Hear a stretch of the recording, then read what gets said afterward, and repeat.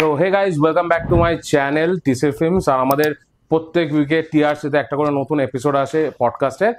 আর আমরা চাই যে আমাদের সঙ্গে যারা আজকে পডকাস্টে ইনভলভ হচ্ছে, আজকে আমাদের পডকাস্টে আসছে, তারা কোনো না কোনোভাবে আমার সঙ্গে কিন্তু কানেক্টেড থাকে, either by music or by riding passion, বা রাইড করছি বা মিউজিক লাইনে রয়েছি বা মুভি লাইনে রয়েছি।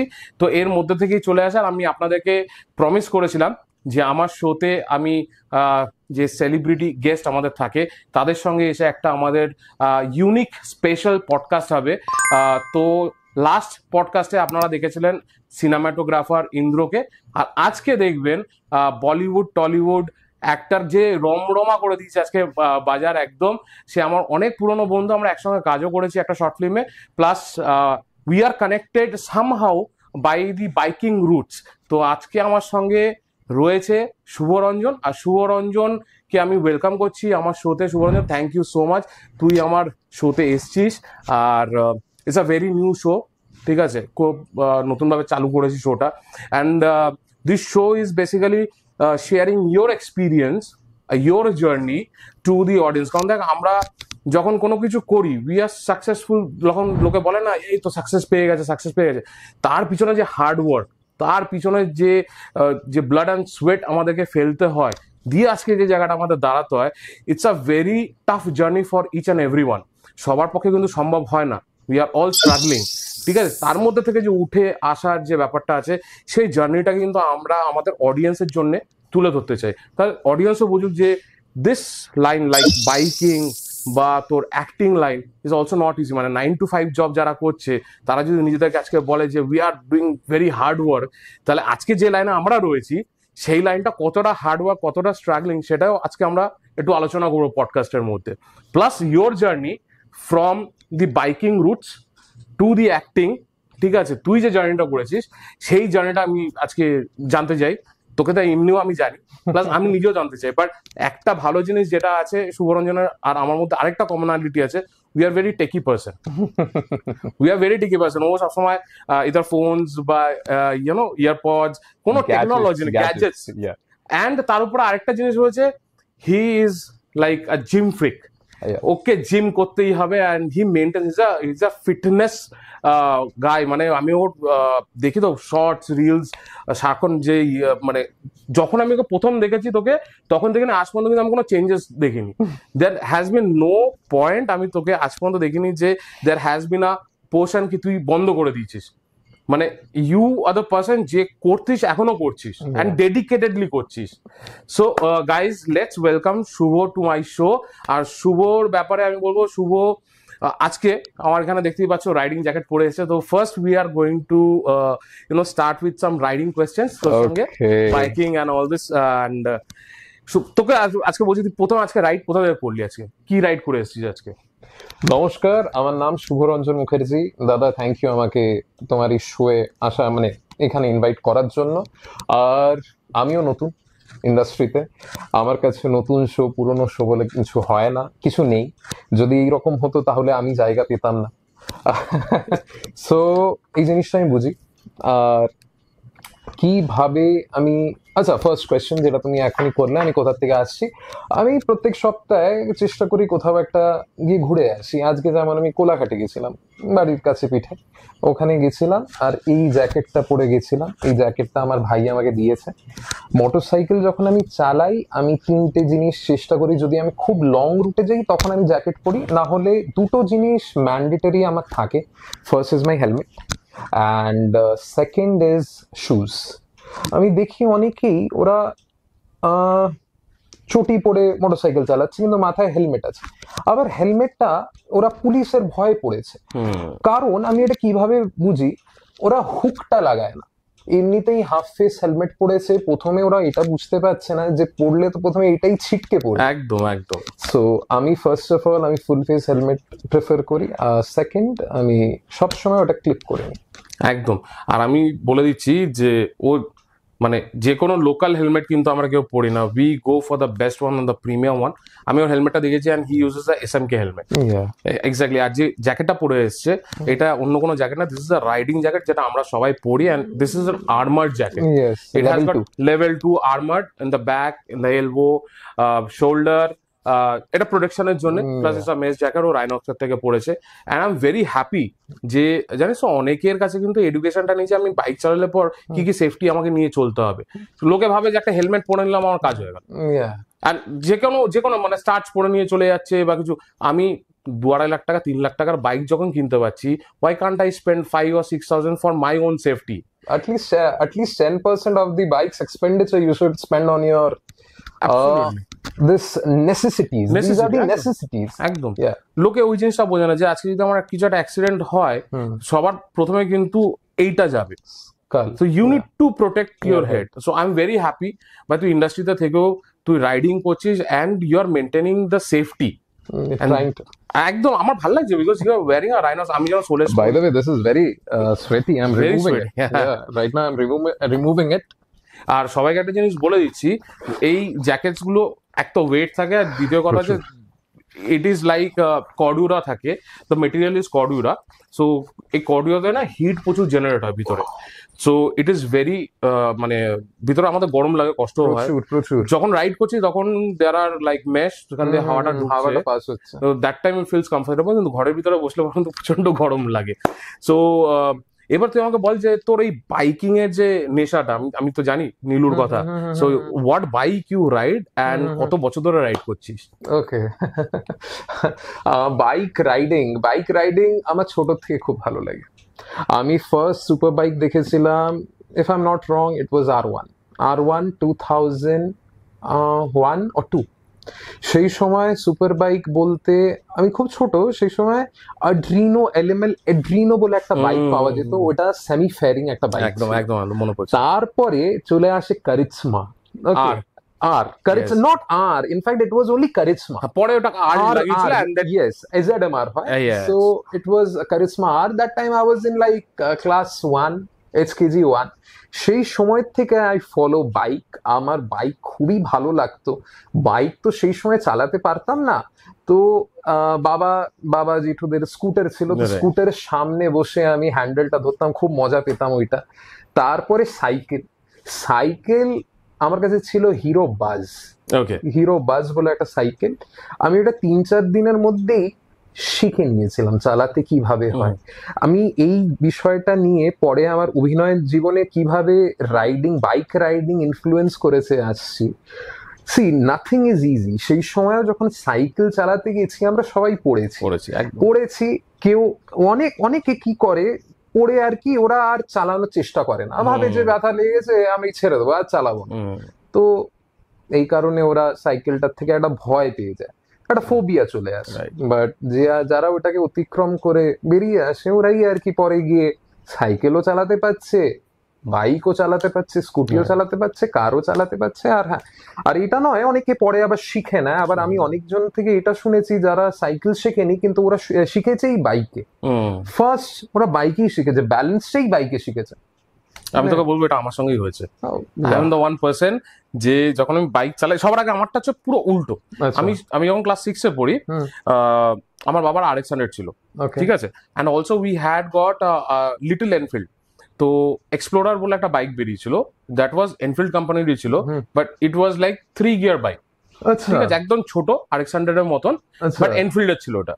আচ্ছা, ওই ববি না, ইট ওয়াজ নোন অ্যাজ এক্সপ্লোরার। আচ্ছা, রয়্যাল এনফিল্ড এক্সপ্লোরার, ছোট লাল রঙের আসতো, very compact one. Okay, I have scene.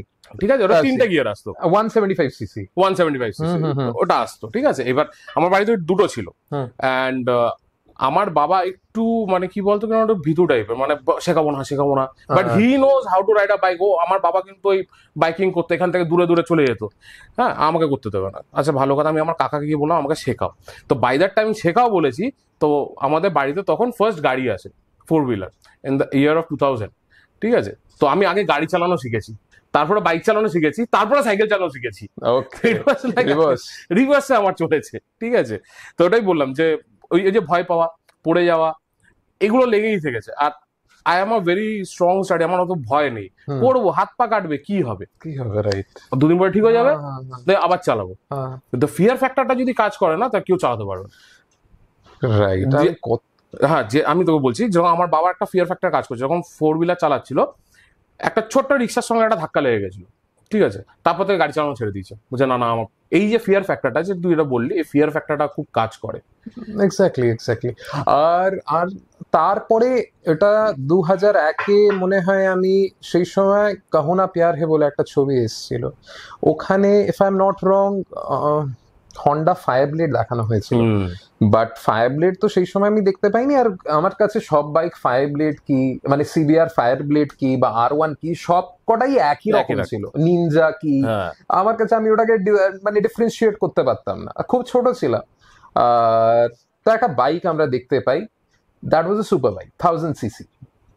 লোকেরা এটা বলেই অ্যাডভার্টাইজ করছিল ওখানে দ্যাট এটা কাহো না প্যার হে তে ঋতিক রোশন চালিয়েছে। ওয়াও, ওই যে তো সিগনালে দাঁড়াবে আর রাইট। কিন্তু এটা পরে যখন এখন ছবিটা দেখি তখন গিয়ে বুঝতে পারি ওটা ছিল R1, আর ওখানে ঋতিক রোশন চালিয়েছিল Fireblade. So okay, both are different bike, but both are litre class bike. ওই সময় বাইকটা না was just had amaze me, মানে আমি ওই বাইকটা দেখে আই ওয়াজ লাইক ম্যাড, কি গাড়ি এইটা, ওটা দেখে দুটো বড় বড় ডিস্ক ব্রেক। আর তারপরে 2008 সালে আমি দেখতে পাই রাস্তায় প্রথমবার ঠিক ওইটারই একটা ছোট version, which is R15 blue কালারের। আমার মনে আছে আমি মাকে নিয়ে যাচ্ছি এমনি করে, আমি মা মা মা মা মা স্পোর্টস বাইক, মা বলছে কোনটা কোনটা কোনটা, মা ওটা ওটা ওটা। আর তখনই বলে না love at first sight, R15 was love at first sight. 2009 আমি আমার প্রথম বাইক নিই, তখন কত ক্লাস 8-এ পড়ি। আমার কাছে first bike which was the fattest tire bike সেই সময়। I remember the price even 72,500 rupees was the price of FZS, black and yellow color. ওটা ফ্যাটেস্ট টায়ার দিয়েছিল, 140 section rear tire. So I had got that bike, and then 2011 I had got my second bike, which I still have right now, which is CBR 250R. That was the 6th bike in my city back then. So I still have that bike. And then the third bike, first one was 150, second one was 250. Now third one I had thought of মানে আমার ইচ্ছে ছিল ওইটাই নেব ভেবে রেখেছিলাম, 650 royal Enfield continental GT 650। আমি more of like ওই স্পোর্টস ওরিয়েন্টেড ওই পশ্চারটা আমার খুব ভালো লাগে, খুবই ভালো লাগে ছোটর থেকেই, আমি জানি না কেন আমার ভালো লাগে। আর আমার কোনোদিনও ওটা আনকমফোর্টেবল মনে হয় না, আমি 300 কিলোমিটার বাইক রাইড এক টানা চালিয়ে যেতে পারি এই R15-এ। ওকে, আর CBR is a sports tourer, R15 কিংবা RC এইসব আমি চালিয়ে যেতে পারি, আমার কোনো অসুবিধা হয় না। আমি জানি না কেন, maybe psychological or something, but ছোটোর থেকে আমার এই রকম বাইক খুব ভালো লাগে। So third bike I had thought of buying the 650, but then I moved on to Kolkata. Kolkata was a new place to me. আমি জায়গা জানতাম না, চিনতাম না। I'm coming from a very small city, Jamshedpur, Tata. So টাটার মধ্যে মানে 5-7 kilometre is like very far. Okay, over here in Kolkata, like আমাদের বুঝতেই পারা যায় না what is 5-6 kilometers. So yeah, so that reason I got my first crush, which was obviously R15.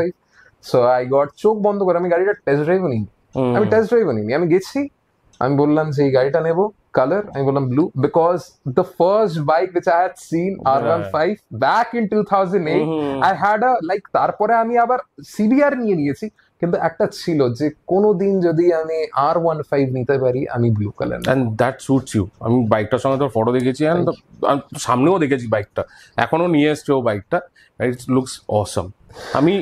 আমারও R15 ছিল, ঠিক আছে, back in the year of 2010 আমার তখন ছিল ভার্সন 1টা। আচ্ছা, V1, তো that was like yellow colour, যেটা ছিল ইয়েলো অ্যান্ড হোয়াইট, তো ওটা ছিল। অ্যান্ড দেন CBR 250 লঞ্চড, তারপরে CBR 2011, তো ওটা সেল আউট করে আমি আবার নিলাম তোর 250, that was a black, okay, full black. আর তখন না ওটা একটা মানে রোড প্রেজেন্স দিত, মানে লোক তাকিয়ে থাকতো কি bike, what kind of bike it is. তো তারপরে দেন আমি কলকাতা থেকে অবভিয়াসলি চলে যাই because of my higher studies on MBA করতে আমি বাইরে চলে যাই। And then I fell in love with Royal Enfield. ওখানে আমি গোয়া গেছিলাম, তো গোয়াতে গিয়ে সবাই স্কুটি নিয়েছে, তো এভরিবাডি সেজ না গোয়াতে আসলে স্কুটি নিয়ে যেতে হয়, না আই উইল চেঞ্জ দিস, এটা গোয়াতে আসলে আমি স্কুটি নেবো না, I'll take a bike. Yeah. তো I just rode my first Royal Enfield Thunderbird 350 at the year 2015, ঠিক আছে? Okay. গোয়াতে গিয়ে আমি ফার্স্ট চালাই, গোয়া পুরো ঘুরি ওই বাইকটা নিয়ে, and then I fell in love with Thunderbird. I came back to Bangalore, I booked a Thunderbird and got in 2016 With the projector headlight. with the projector headlight. Okay. তখন BS3 ছিল, and that color was like brown color. I just fell in love with that color. I remember. তো তারপরে ওখান থেকে তারপরে এখানে আসলাম, then I took my fourth Thunderbird, এখানে যেটা আছে এখনো রয়েছে। সো এখন ওটা দেখলে একটু বিস্ট লাগে, বিকজ আই মডিফাইড, মানে সামনে ফেরিং টেরিং করে মানে লেগ গার্ড গুলো একদম ব্রড লেগ গার্ড লাগিয়ে, মানে লুকস লাইক আ বিস্ট। মানে হ্যান্ডেল গার্ডে সামনে লাইট থাকবে এন্ড অল দিস, Okay. চারিদিকে মাঝে মাঝে কেউ বলে চন্দননগর থেকে আসছো নাকি তুমি, বিকজ এত লাইট রয়েছে বাইকে। So that is one beasty bike.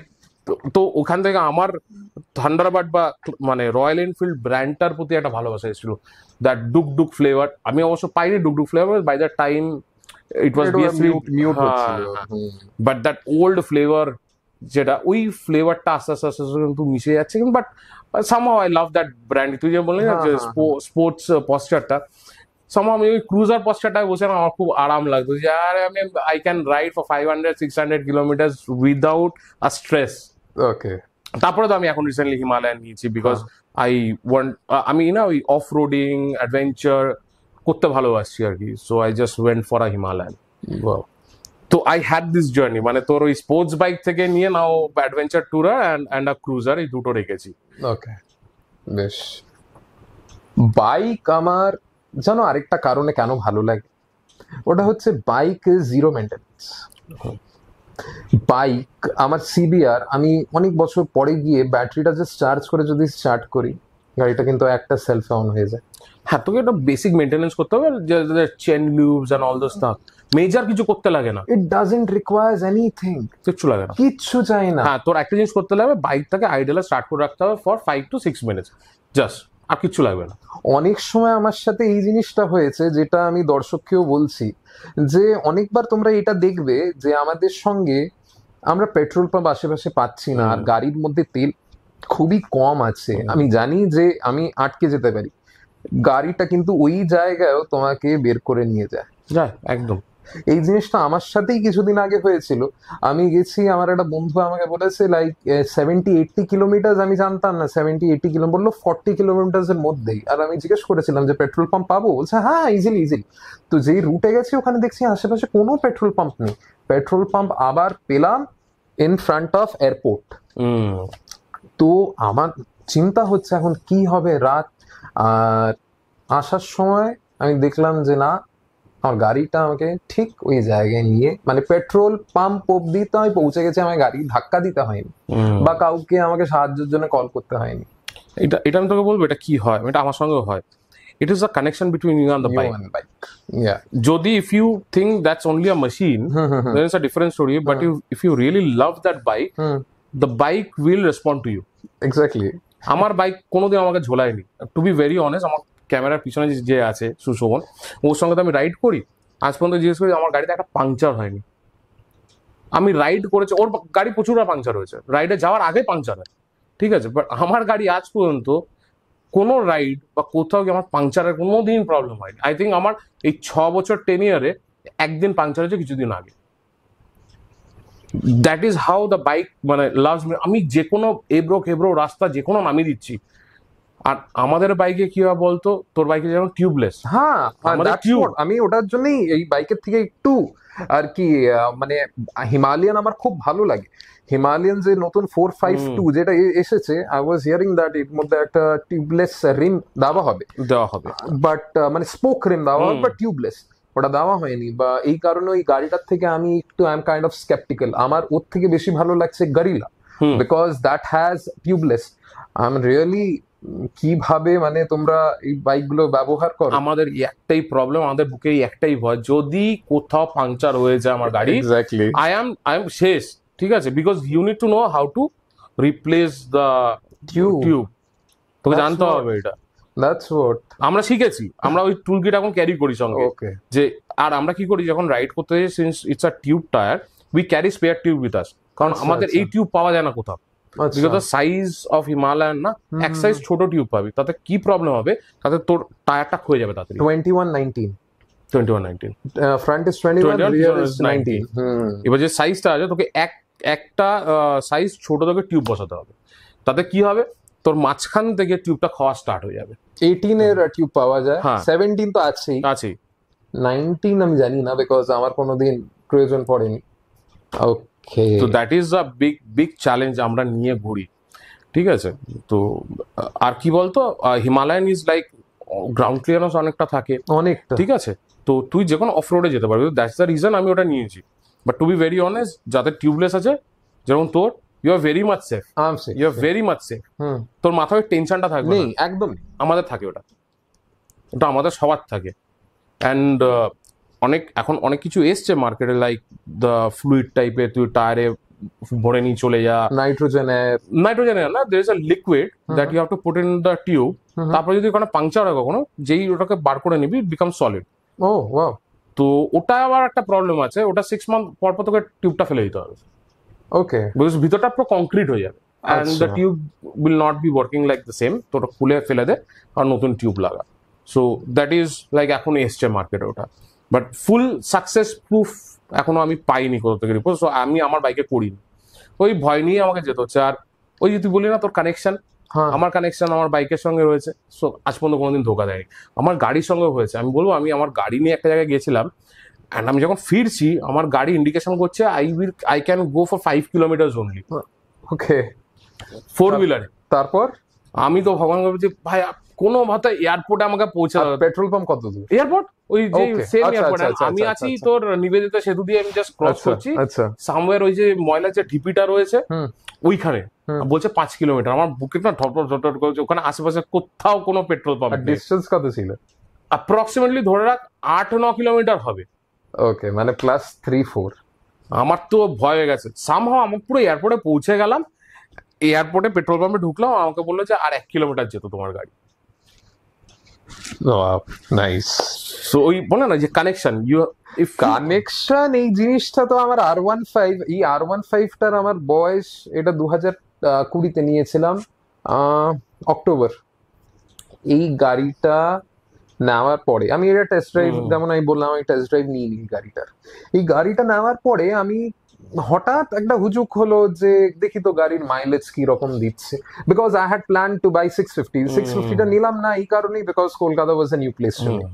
So গাড়িটা নেওয়ার পরে it was not only my first crush, but it amuse me এত সাংঘাতিক ভাবে। আমার কাছে সিবিআর ছিল এর আগে, CBR use to give me return me around 28 to 29 kilometre per litre. So এই গাড়িটা আমি কত দেবে, 40-45, দ্যাট ওয়াজ মাই এক্সপেকটেশন। আমি প্রথম 100 কিলোমিটার চালিয়েছি, আর তখন দেখছি মিটারে 100 কিলোমিটার, আর ফুল ট্যাঙ্ক করে চালিয়েছিলাম। তার ভাবলাম যে চলো একবার দেখে নি পেট্রোল পাম্পে গিয়ে এটার কি অ্যাভারেজ দিচ্ছে। Two my surprise it came out 62। I was like, what? না, there is some calculation problem, না এটা হতে পারে না। তারপরে আমি আবার 100 কিলোমিটার চালাই, আবার চেক করি, to my surprise it was 62.5। Then I said that না, দুবার সেম প্রবলেম, মেবি ফার্স্ট সার্ভিসটা হতে দিই। তারপরে গিয়ে আমি ফার্স্ট সার্ভিস করাই গাড়িটা। ফার্স্ট সার্ভিস 1000 কিলোমিটার আমি শোরুমেও গিয়ে বলি, তো বলছে এত মাইলেজ দিচ্ছে। বললাম হ্যাঁ এত মাইলেজ দিচ্ছে। তো ওরাও হ্যাঁ, দে আর অলসো শকড দ্যাট এত মাইলেজ কি করে দিচ্ছে। ফার্স্ট সার্ভিসের পরেও মাইলেজ ওই রকমই থেকে গেছে। তখন আমি একটু স্টাডি করলাম, ওয়াই এটা কেন হচ্ছে। আমি অনেকগুলো ইউটিউবে ভিডিও দেখলাম এটার, তো বলছে এটার মধ্যে ভার্সন 3-র মধ্যে এরা দিয়েছে VVA। What is VVA? Variable valve actuation. What it does, 7000 এর নিচে I use to feel that এর মধ্যে না পাওয়ারের একটু অভাব আছে, পাওয়ার খুব একটা আমি পাচ্ছি না। আর আমার আরো বেশি মনে হচ্ছিল, because I was coming from CBR 250, so আমার মনে হচ্ছে যে এটার মধ্যে একটু পাওয়ারটা কম আছে, maybe because I am right now riding 150, এই কারণে আমার মনে হচ্ছে। But due to that VVA 7000 নিচে দুটো ভলভ কাজ করে। ওকে, which is efficiency wolf. আর 7000 এর উপরে চারটে কাজ করে, মানে এফিসিয়েন্সি আর পারফরমেন্স চারটেই একসঙ্গে কাজ করছে, and which is giving you that top speed and everything. R15 আমি মানে যতদূর আমি জানি, যতদূর আমার নলেজ, যে এটা একমাত্র বাইক যেটা 155cc আর 155 এর স্পিড যায়। না না, একদম ভালো, কারণ এই যে তুই যে জিনিসটা বলি আমার নলেজ ছিল না, অ্যান্ড আই থিঙ্ক আপনাদের অনেকের এই নলেজটা নেই হয়তো। তুই যেটা বলি ইট ইজ আ ভেরি ভেরি মানে টেকনিক্যালি এটা খুব ইজি হয়ে গেল লোকের জন্য বোঝার জন্য, যে একটা 150cc বাইক লাইক R15 যে 60-62 মাইলেজ দিচ্ছে, because of this. The reason is that if you ride it gently, আমি গাড়ি এখন খুব আস্তে সাবধানে চালাই, তো 7000 RPM এর ভিতরে যদি আপনারা এই গাড়িটাকে চালান, তাহলে লং রুটে আপনারা ইজিলি 55-60 মাইলেজ আমি পাচ্ছি, আপনারাও পেয়ে যাবেন। Just make sure that VVA is not kicking in. 7000 এর উপরে আমার তখন মনে হলো গাড়িটা না ঠিক আছে মাইলেজ দিচ্ছে, বাট পারফরমেন্স অতটা হবে না। তো একবার তমলুক যাচ্ছিলাম, সেই সময় 5th গিয়ারে আই জাস্ট ড্র্যাগড কত দূর যেতে পারে। ইট ওয়াজ অ্যারাউন্ড 137 স্পিডও ইন্ডিকেটেড, 137 স্পিডও ইন্ডিকেটেড, যেখানে আমার গাড়িতে 6টা গিয়ার আছে। So I got assumption that 150 চলে যেতে পারে। তবে 150 ওটা নির্ভর করছে অনেক ফ্যাক্টরস এর উপরে, bike rider's weight, tire pressure, correct, then wind flow, air drag, everything ওটা একদম optimum। মানে if everything is in your favor, then that bike is capable of reaching that much speed. Right.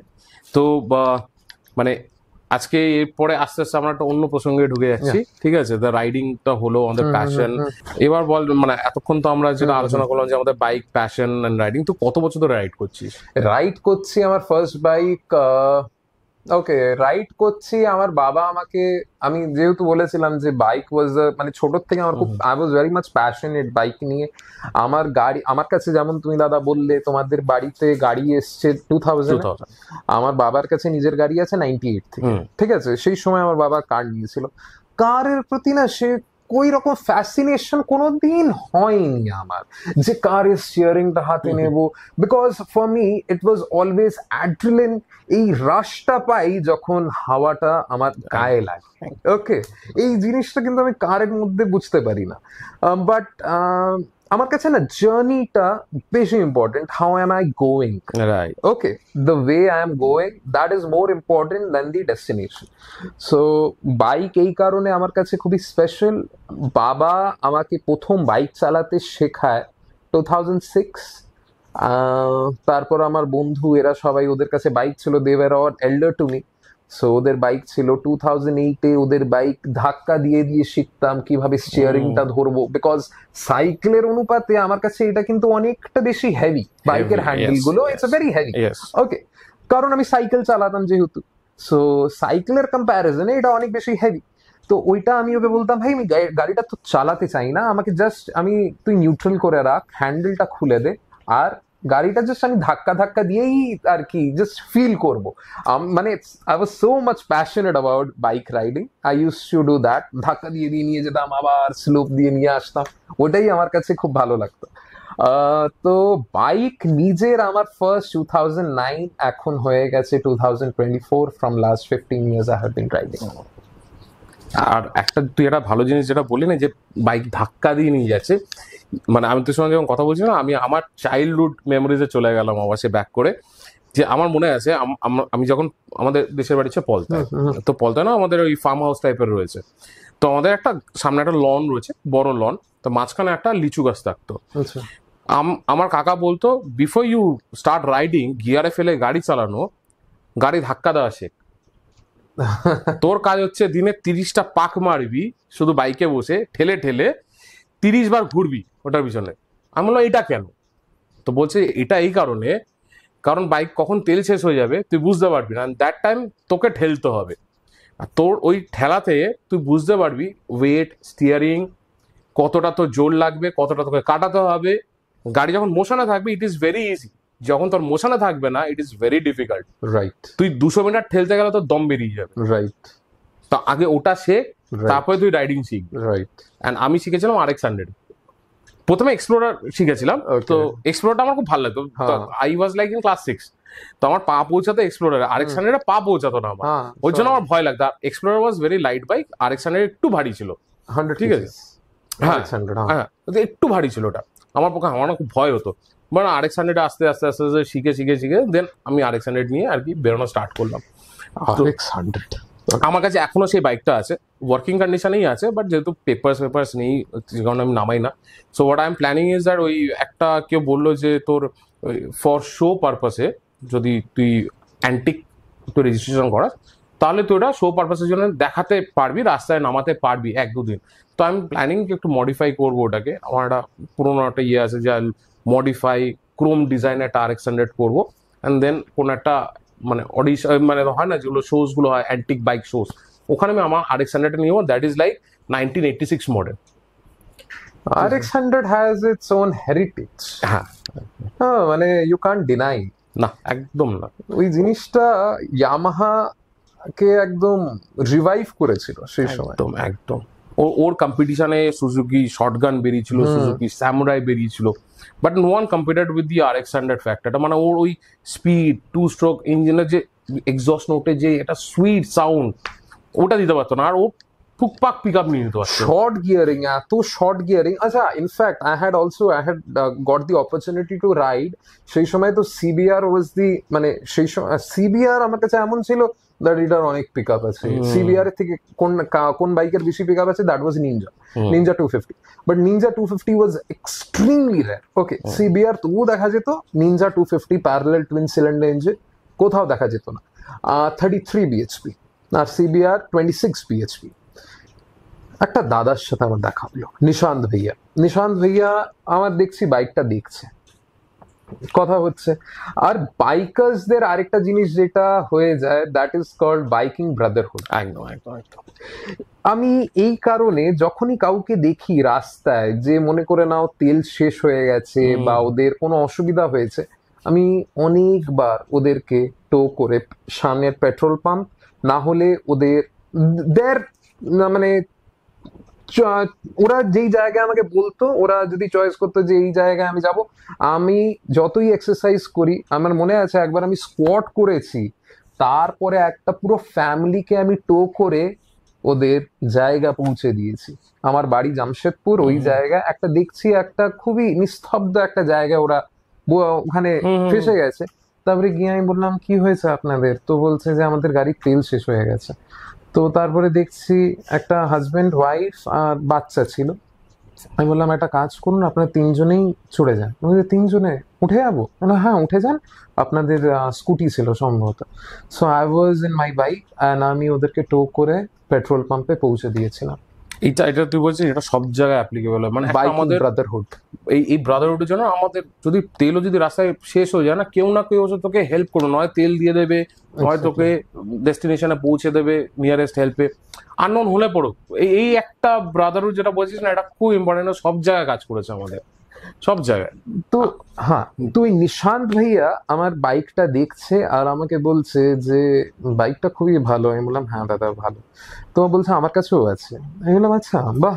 তো আরেকটু I was কিন to know owner about, মানে ওনার কি ভালো লাগছে অ্যাবাউট দি বাইক, ওনাকে কি রকম এটা পারফরমেন্স দিচ্ছে না দিচ্ছে, বা কত টপ স্পিড এটাতে উনি অ্যাচিভ করেছেন। সো জিজ্ঞেস করছি, তখন বলছে আচ্ছা তুমি RD 350 চালিয়েছো? RD 350 না চালাইনি। RD 350 চালাওনি? আমাকে এটা বলেনি যে আমার কাছে RD 350 আছে। তারপরে ঠিক 2 দিন পরে আবার ওনার সাথে দেখা, উনি তখন নিয়ে এসছে RD 350, RD 350 HT, RD 350। তারপরে আই ওয়াজ লাইক গাড়িটা কি, এটা দিয়ে আমি একটু রিসার্চ করলাম। Then I came to know RD 350 দুটো মডেল বের করেছিল, একটা LT একটা HT high torque, LT low torque. The bike was, আমাকে বললো গাড়িটা একটু চালাও। আমার না গাড়িটা দেখে আমার না কেমন একটা বলে না যে ডোন্ট জাজ আ বুক ফ্রম ইটস কভার, ওইটাই করে ফেলেছিলাম। আমি বললাম এটা কি আর হবে, ঠিক আছে চালাচ্ছি। কেমন আওয়াজ করছে, এই RX-100 এর মতন এই আওয়াজের নোটটা দিয়েই আমার মনে এলো। সো দেন আমি গাড়িটা স্টার্ট করলাম, গাড়িটা নিয়ে এগোচ্ছি, অ্যাক্সিডেন্ট দিয়েছি, আমার হাতে না এমনি করে আই ফেল্ট দি টর্ক। আমি এখন অব্দি 600 সিসি বাইক চালিয়েছি। 600 সিসির বাইকে অনেক পাওয়ার আছে, অনেক পিক আপ আছে। আই হ্যাড অ্যাচিভড 174 ওই বাইকটাতে, 600 সিসির বাইকে। বাট RD 350-র মতন টর্ক আমি কোনো বাইকে পাইনি। RD 350 জানিস তো অনেক পার্টস আমরা ইউজ করি আমাদের বাইকে, লাইক দি হ্যান্ডেল বার, ওই যে হ্যান্ডেল বারটা রয়েছে অনেকে ইউজ করে, হিমালয়ানও ইউজ করে। RD 350 ওই HT আর LT এরা বললি, HT ওয়াজ আ সুপার ওয়ান।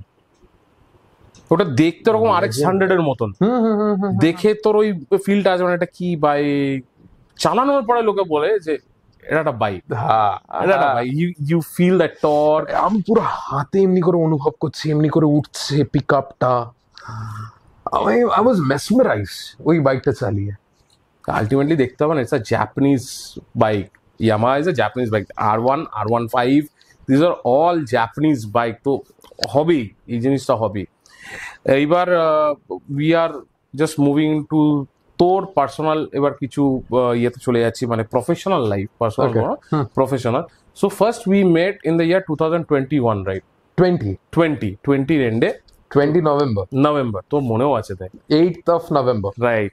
তো আমরা একসঙ্গে একটা শর্ট ফিল্ম করেছিলাম, আমি মিউজিক দিয়েছিলাম ওটাতে, মিউজিক ডিরেকশন করেছিলাম, আর Shubho was the main actor on that movie. আর মেন অ্যাক্টর বলো না, ওটাতে খুব বাজে অভিনয় করেছি আজকের দিনে যখন আমি ওটা দেখি। So yeah, like people learn, and দাদা, তারপরে আমাদের ডিরেক্টর দা, ইন্দ্রদা, দেন রুচিরা দি, এনারা আমাকে খুবই হেল্প করেছেন। আর আজকে আমি এই জায়গায় যে আছি, আমার মধ্যে কিন্তু কোথাও না কোথাও দাদা, তারপরে ইন্দ্রদা, রুচিরা দি, এনাদের সবার ইনফ্লুয়েন্স, সবার শেখানো আজ আমার মধ্যে আছে। এই কারণেই আর কি একটু ইমপ্রুভমেন্ট হয়েছে, এখনো শিখছি। তবে ওটা একটা ফানি মোমেন্ট, আমি বলবো আমার একটা ফানি মোমেন্ট মনে পড়েছে ওটা থেকে। তো মানে আমি যখন ওখানে অ্যাক্টিং চলছে, সবকিছু চলছে, সবকিছু হয়ে গেছে, আমরা ইসে চলে এসেছিলাম তো ডাবিং করতে। ডাবিং করছিলাম, আমি কিছুদিন আগেই ক্লিপটা দিয়েছিলাম, আমি গিটারটা বাজাচ্ছি। তো since I was a music director, তো ও জানতো আমি মিউজিক ডিরেক্টর, তো আমাকে বলছে তুমি গিটারও বাজাতে পারো? হ্যাঁ, I was like shocked, আমি দেখছি, because I was very new to the industry, আমি তার আগে একটু কয়েক মাস থিয়েটার করেছি।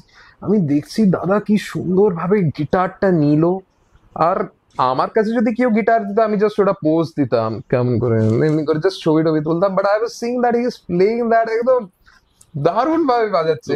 অ্যান্ড তখন আমি বললাম দাদা তুমি গিটারও বাজাতে পারো? তো তখন আমাকে রুচিরাদি বলছে ও পারবে না, ও মিউজিক ডিরেক্টর। আমি বললাম আচ্ছা, মিউজিক ডিরেক্টর সব ইনস্ট্রুমেন্ট পারে? তো বলছে হ্যাঁ মোটামুটি। তবলা, মিউজিক, তারপরে তোমার গিটার, আরো যে কটা ক্যাশিও ইনস্ট্রুমেন্ট সবই তুমি পারো। তো আমি স্টার্ট করেছিলাম ফ্রম দ্য গিটার, তারপর আস্তে আস্তে কিছু কিবোর্ডস বানানো, তারপরে তাল। বেসিক্যালি মিউজিক ডিরেক্টররা কি করে বলতো, দে নো তাল কিভাবে, কোন ইনস্ট্রুমেন্টটাকে কার সঙ্গে ক্লাব করালে তার সাউন্ডটা বেরাবে। তো মিউজিক ডিরেক্টরের মেইন কাজ হচ্ছে to flow of the sound, আর ওই সাউন্ডটা যে প্রডিউস করে তাকে বলা হয় মিউজিক প্রডিউসার। তো দেয়ার আর টু ডিফারেন্ট কম্বিনেশন, দেখবি কোথাও কোথাও লেখা থাকে মিউজিক প্রডিউসার, আবার কোথাও বা কম্পোজার, ঠিক আছে? তো মিউজিক প্রডিউসার আর কম্পোজার সেম থিং, যারা ওই টোনটাকে বানাচ্ছে। And director is basically giving you the outline, যে আমি এই গানটা এই জিনিসটা চাই, এই তালটা চাই। So they both have to work accordingly. তো অনেকেই জানে না, মানে অনেকে জানে মিউজিক ডিরেক্টর মানেই সে কম্পোজ করতে পারে, না, এরকম কোনো কথাই নেই। মানে আমাকে ইন্দ্র বলে দিয়েছিল যে আমার সিতার লাগবে, দেখবি একটা সিতারের আমাদের টোন ছিল, ঠিক আছে? I played the sitar in my guitar. তো ওই যে I played that in a guitar, but ওই যে সাউন্ডটা আমি একজন যে সাউন্ড যে প্রডিউস করে, মিউজিক প্রডিউস, তার সঙ্গে বসে ওই সাউন্ডটাকে বানিয়েছিলাম, so that when I play that guitar ওই সাউন্ডটা যেন বেরায়। It was not actual sitar. Okay. That was composed through the guitar. Okay. So ওটা ডিরেক্টর আর কম্পোজার দুজন মিলে বসে আমরা করতাম।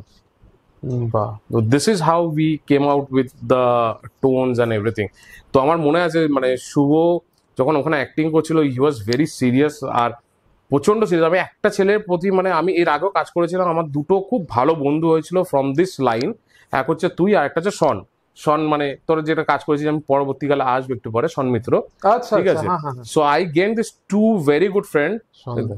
হ্যাঁ, শনের সঙ্গে আমার একটা অন্য ভাবে আলাপ হয়েছিল, হুম, অ্যান্ড ওই আলাপটা শুনলে তোর মানে আমি প্রসঙ্গে আসবো, মানে ইট ওয়াজ ভেরি ফানি। ঠিক আচ্ছা, আছে, তোর সঙ্গে যেমন উই অল নো দ্যাট আমরা এখানে কাজ করতে এসেছি আমাদের।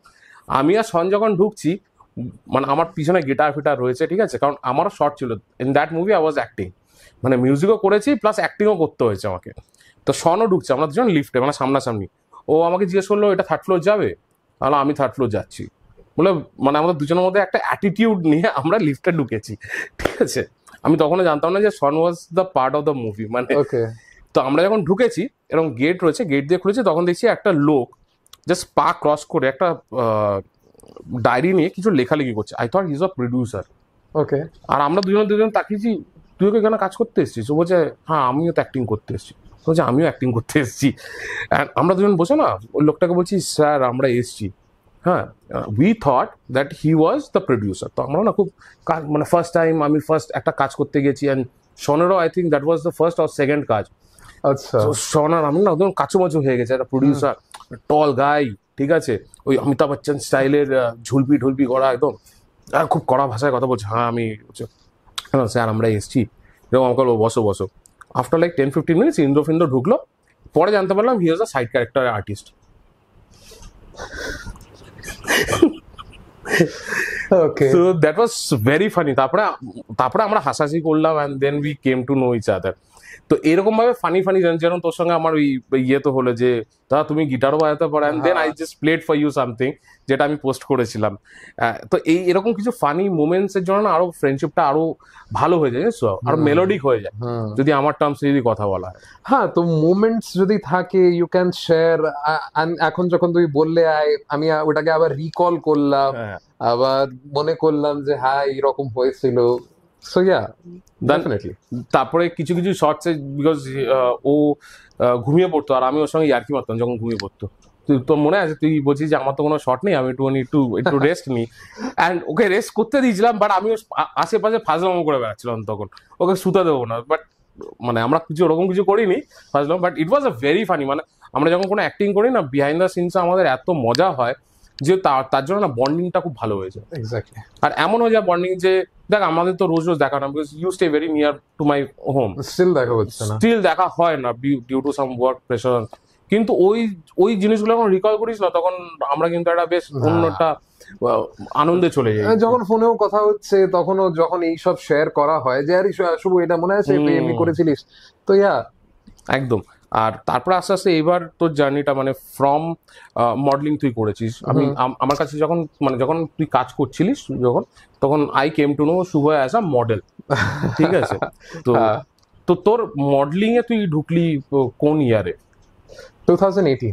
2018। 2018। Your first contract in modelling কিরকম ছিল? ওকে, অনেক অনেক পিছনে যেতে হবে তাহলে। ঠিক আছে বলি। আহ, আমি ফার্স্ট আমার আমার জন্ম জামশেদপুরে, জামশেদপুর ঝাড়খণ্ড। প্রথমে এটা ছিল বিহার, পরে পরবর্তীকালে 2000 সালে এটা ডিভাইড হয়, ওটা ঝাড়খণ্ডে চলে যায় আর কি। So Jamshedpur is basically industrial area. Okay, tata শহর এটা। সো ওখানে ইন্ডাস্ট্রি বলতে টাটাকেই সবাই বোঝে। Exactly. ফিল্ম কালচারাল এইরকম ইন্ডাস্ট্রি ওখানে নেই। ওখানে কিন্তু এইসবের প্রতি একটা লোকেদের বিশাল ন্যাক আছে, যে আর যে কোনো জায়গায় যদি তুমি একটা ক্যামেরা নিয়ে, যখন তুমি এখন এই ক্যামেরাটি নিয়ে যদি আমরা রাস্তা এখন চলে যাই with 2-3 light, people will be like oh see see something is happening, something is happening, কিছু একটা হচ্ছে ওখানে, কিছু একটা হচ্ছে, যেটা আমরা দেখি আর কি। কার কার না ইচ্ছা করে ক্যামেরার সামনে আসতে। তো আমার ছোট থেকেই ইচ্ছে ছিল যে আমি একজন অ্যাক্টর হব। আমি ইনফ্যাক্ট ছোটবেলায় নিজের নাম বলতাম শাহরুখ খান। ওকে, বাট কিভাবে কি করব আমি জানতাম না। 2018 জামশেদপুরে ছিলাম, আমাদের ওখানে একটা জায়গা আছে সাকচি, সাকচিতে দেখছি একটা বড় হোর্ডিং লাগানো আছে, শর্ট ফিল্মের অডিশন। ওকে, শর্ট ফিল্মের অডিশন হবে অমুক দিন। আমি মাকে নিয়ে যাচ্ছি, মা মা মা শর্ট ফিল্মের অডিশন হচ্ছে এখানে। আচ্ছা চলো আসবো, ঠিক আছে। ওখানে একটা নম্বর দেওয়া ছিল, ফোন করে কথা বললাম যে আচ্ছা আপনাদের এখানে শর্ট ফিল্মের অডিশন হচ্ছে? তো বললো হ্যাঁ হচ্ছে, আপনারা ছবি নিয়ে চলে আসবেন। আচ্ছা কি রকম ছবি? পাসপোর্ট সাইজ ছবি। সঙ্গে সঙ্গে যেই দিন অডিশন ওই দিনই গিয়ে একদম তৈরি হয়ে একটা ছবি তুলে নিলাম ভালো একদম। ওকে, গেছি। আমার এখানে একটা ওরা এমনি করে একটা পেপার কাট লাগিয়ে দিয়েছিল নাম্বার। ওকে, সো সাম নাম্বার। আমি মাকে নিয়ে ওটার একটা সেলফি নিই, মা আসো। সেলফি নিয়েছি, মা যাচ্ছি অডিশন, বলছি যা ভালো হবে। মা বসে আছে, আমি তো পুরো একদম একটা পুরো গেছি একদম যে আজকে একদম ফাটিয়ে চলে আসবো। যাওয়ার পরে আস্তে আস্তে ওখানে পৌঁছেছি, আমার না অবস্থা খারাপ হচ্ছে। ঠিক আছে, আমি ভাবছি এখন কি করবো। তারপরে দেখছি আমার সামনে 7-8টা মানুষ, ঠিক আছে। আর যেহেতু আমি বললাম ওখানে এইসবের প্রতি এইসব যেহেতু হয় না, তো লোকেরা যদি এইরকম কিছু একটা হয়েছে তো ওরা ওই জিনিসের উপরে না মানে কি বলি লাইক প্রেস মিডিয়া সবকিছু চলে আসে, প্রেস মিডিয়া সব চলে এসেছে। ওরা ওই পারে আছে, আমি এই দিকে। আমি দেখতে পাচ্ছি সামনে 7-8 জন ওরা বসে আছে, পিছনে কয়েকটা সাংবাদিক ওরা ওই দিকে আছে, আমার সামনে এরকম সবাই লাইট গুলো জ্বলছে, আমি দাঁড়িয়ে আছি মাঝখানে। আমাকে জিজ্ঞেস করছে একজন, আপকা নাম? নিজের নাম বললাম। क्या करते हैं, उम्र कितना है, हाइट कितना है। আমি ইন্ট্রোডাকশন কি হয় আমার কোনো আইডিয়া ছিল না। হোয়াট ইজ ইউর ইন্ট্রোডাকশন যদি কেউ আমাকে বলতো তাহলে my name, my age, height যে বলতে হয় আমি ওইসবও জানতাম না, বা প্রোফাইল কি হয় কিছুই জানতাম না। সো আমাকে ওখানে ওরা বলে যে আচ্ছা কিছু একটা অ্যাক্ট করে দেখান। আমি বললাম অ্যাক্ট করে দেখাবো? কি কি দেখ, বলছে আপনি আপনি বলুন। তখন আমি যেমন তোমাকে এখন বললাম যে আমি ছোটবেলায় নিজের নাম শাহরুখ খান বলতাম, আমি এটাই ওখানেও বলেছিলাম যে আমি নিজের নাম শাহরুখ খান বলতাম। তো তখন আমাকে বলছে ঠিক আছে শাহরুখ খানের মানে কোনো একটা মোনোলগ করে দেখান। হোয়াট ইজ মোনোলগ আমার কাছে কোনো আইডিয়া ছিল না। What is মোনোলগ, nothing, I knew nothing. Okay, so আমি ওখানে ওখানে একদম ব্ল্যাঙ্ক, বাইরে বেরিয়ে আমি কিছুই পারিনি ওখানে একদম। মানে উপরে যতই আমি থতমত খেয়ে এমনি করে উত্তর দিচ্ছি, বাট ভিতরে আমার অতই অবস্থা খারাপ। আর তারপর ওখান থেকে বেরিয়ে আসি, মাকে বললাম মা কিছুই পারিনি। কিন্তু মা আমাকে দেখে আমার ছেলে সুপারস্টার, আমার ছেলে সুপারস্টার। মা বলতে ঠিক আছে এটা হয়নি কিন্তু কোনো অসুবিধা নেই, পরে হবে। বললাম কি আর পরে হবে, কিছু বলতেই পারিনি বা কিছুই পারিনি ওখানে গিয়ে। তারপরে ওখান থেকে একটা স্যার আমাকে লোকেট করেছিল। Then he called me and he said that would you try modeling? Then I said modeling, I don't know আমি ওটার জন্য suitable কিনা। বলছে না you can join and you can be like। আজকেও সানি স্যারের সাথে আমার যোগাযোগ আছে, আমি স্যারকে বলি আজকে যে স্যার ওই দিন যদি তুমি আমাকে লোকেট না করতে তাহলে আজকে হয়তো এই জায়গায় আমি পৌঁছাতে পারতাম না। মানে এটা একটা কি বলতো, এখানে আমার মনে হয় কিছু লাক ফ্যাক্টরও কাজ করে কিন্তু, জানিস তো। এই যে তার চোখে তুই আজকে আসলি, সেটা কিন্তু একটা লাকের জন্যই হয়েছে। কতজনের এই জিনিসটা হয়? মেবি হয় না কিন্তু অনেক। মায়ের আশীর্বাদে আমি অ্যাবসলিউটলি।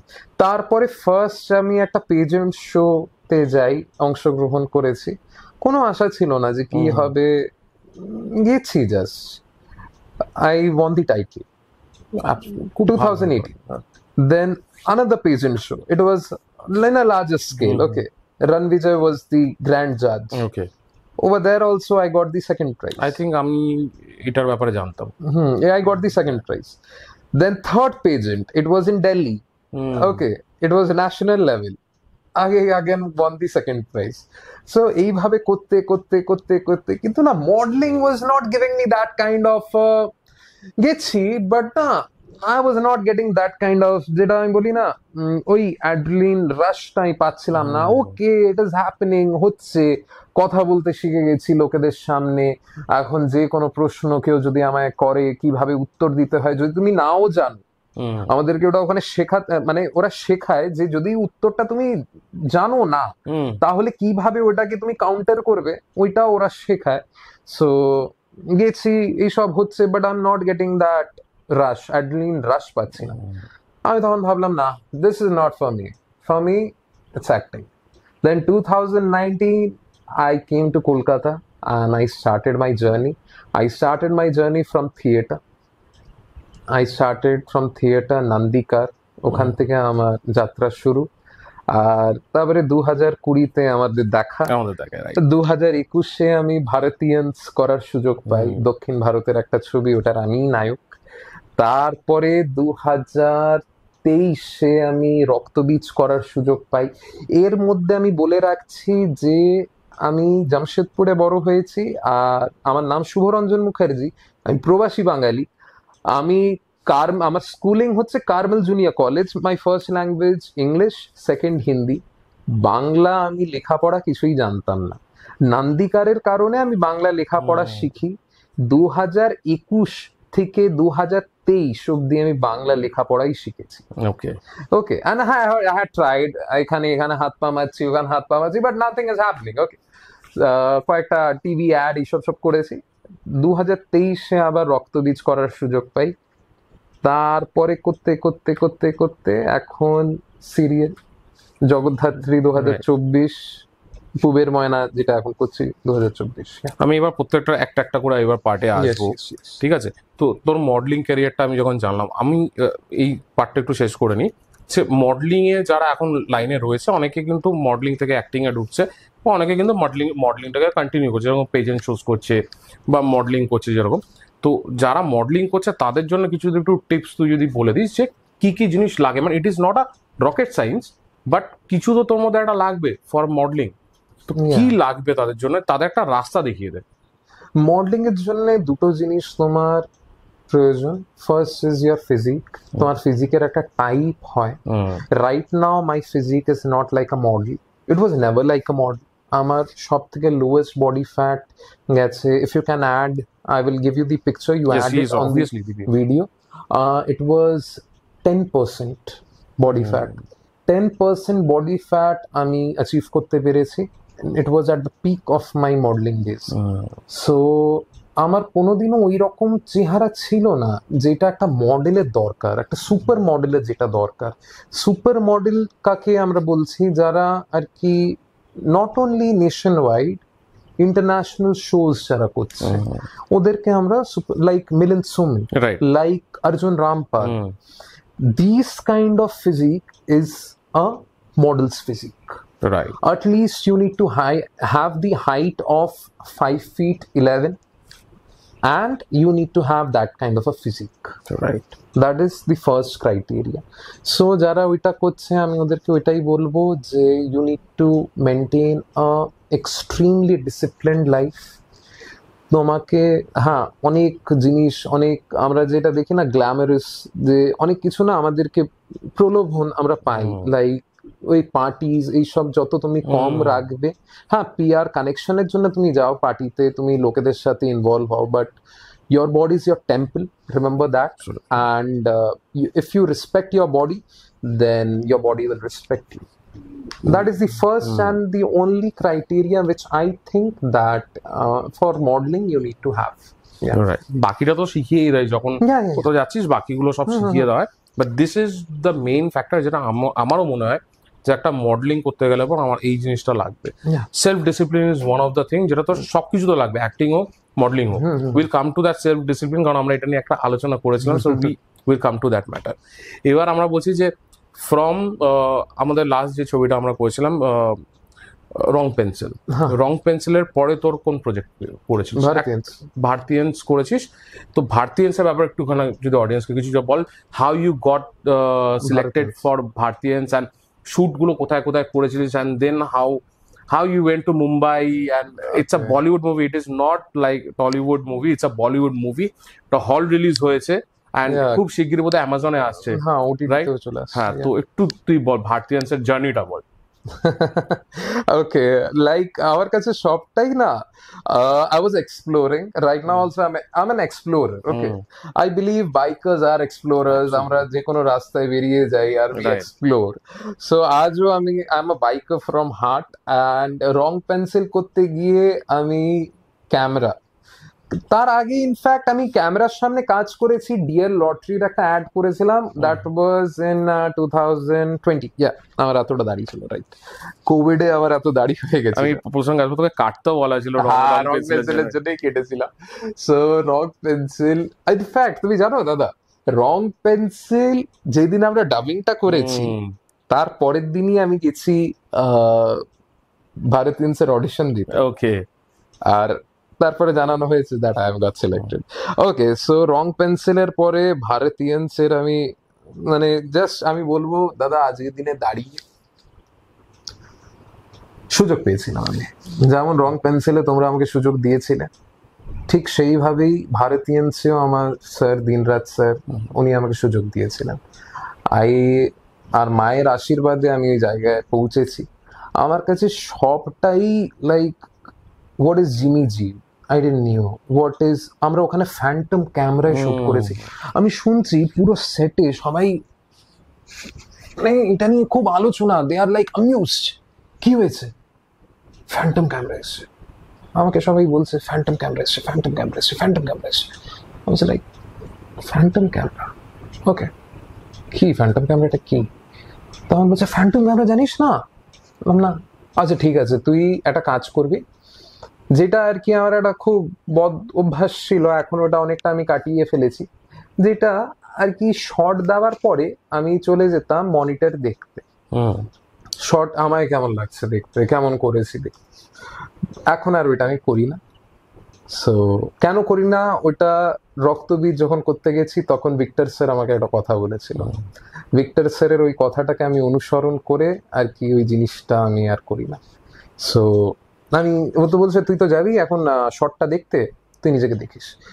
একটা সিন যেখানে আমাকে বলা হয়েছে এসপি তে যাচ্ছে শর্টটা, মানে ওখান থেকে আমাকে, মানে এখানে গুন্ডাটা দাঁড়িয়ে আছে, গুন্ডার ঠিক সাইড থেকে আমাকে নেওয়া হয়েছে আর আমার তার আগের সিনটাতে দেখানো হয়েছে যে আমার ভাগনা জীবনের থেকে বেশি ভালোবাসে, ওকে মেরে ফেলেছে, আর এই খবরটা আমার কাছে এসেছে, আর এই গুন্ডারা এখন আমাকে মারতে এসেছে, আর এই গুন্ডার লোকেরাই মেরেছে। সো আমার দুঃখের থেকে রাগে যখন এক্সপ্রেশনটা চেঞ্জ হচ্ছে, আমার এখানে একটা শিরা নড়ি, like I didn't knew that, ওটা ফ্যান্টম ক্যামেরাতেই দেখি। আই ওয়াজ লাইক, শটটা দেখার পরে করে যখন নিয়েছি আমি একটা জিনিস যেটা খুব তাড়াতাড়ি চোখের থেকে জল বের করতে পারি, সো জল বের করে তারপরে চেঞ্জ করেছি এক্সপ্রেশনটা, ওই জিনিসটা ওই এসপি শটে, ক্লোজ শটে নেওয়া হয়েছে, and that was on a phantom camera। আমি তারপরে শটটা দেখতে গেছি, and I was like stunned, what detail and so much slow motion, এটা কি করে পসিবল? তখন বললো this is phantom camera, 1000 fps। আর তখন জানতে পারি যে বেশিরভাগ অ্যাডের কাজে, যেটা বিশেষ করে পেন্টের অ্যাডের কাজগুলো হয় খুব স্লো মোশনে, যে পেন্ট গুলো পড়ছে, that is shot in Phantom camera.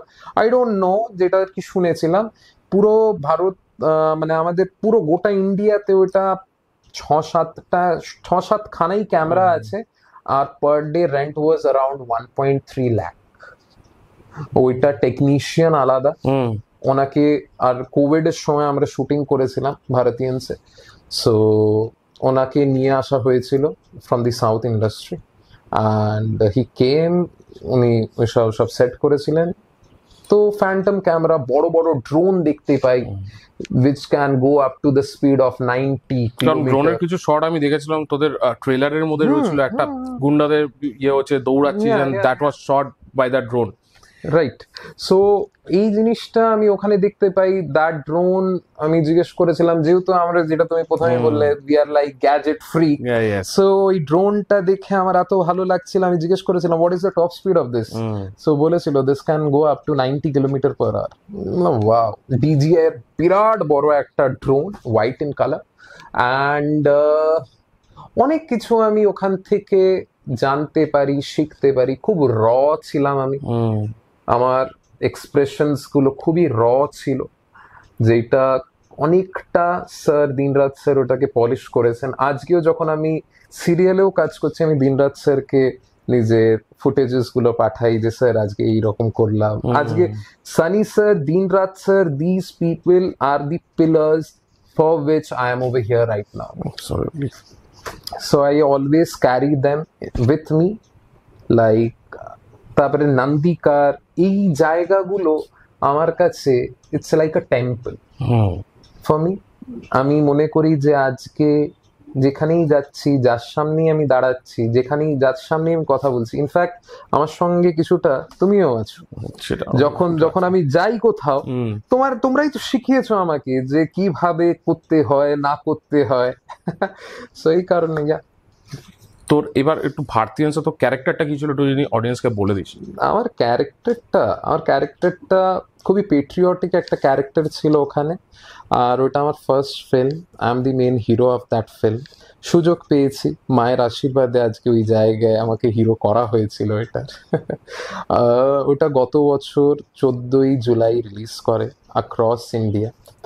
আর ওই সিনেমা করার কারণে আমি অনেক ভালো ভালো অনেক গুণী লোকেদের সাথে দেখা করতে পেরেছি। আমার ডিরেক্টর আছেন, আমাদের producer, he is a like film distributor in USA. Vivek Agnihotri স্যারের সাথে দেখা হয়েছে, উনি আমাদের ট্রেলার লঞ্চ করেছিলেন। তারপর পল্লবী যোশী ম্যাম বম্বেতে, ওনাদের সাথে আমার দেখা হয়, ওনারা দুজনে আমাদের ট্রেলার লঞ্চ করেছিলেন জেডব্লিউ ম্যারিয়েটে।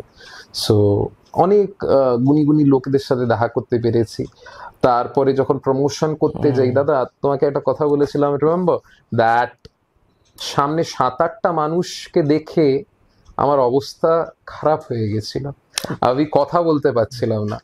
আমি ভিএনআর কলেজে সিনেমাটার প্রমোশন করে বলেছিলিস 2000টা লোকের সামনে দাঁড়িয়ে ওই ছেলেই কথা বলছে মায়ের আশীর্বাদে।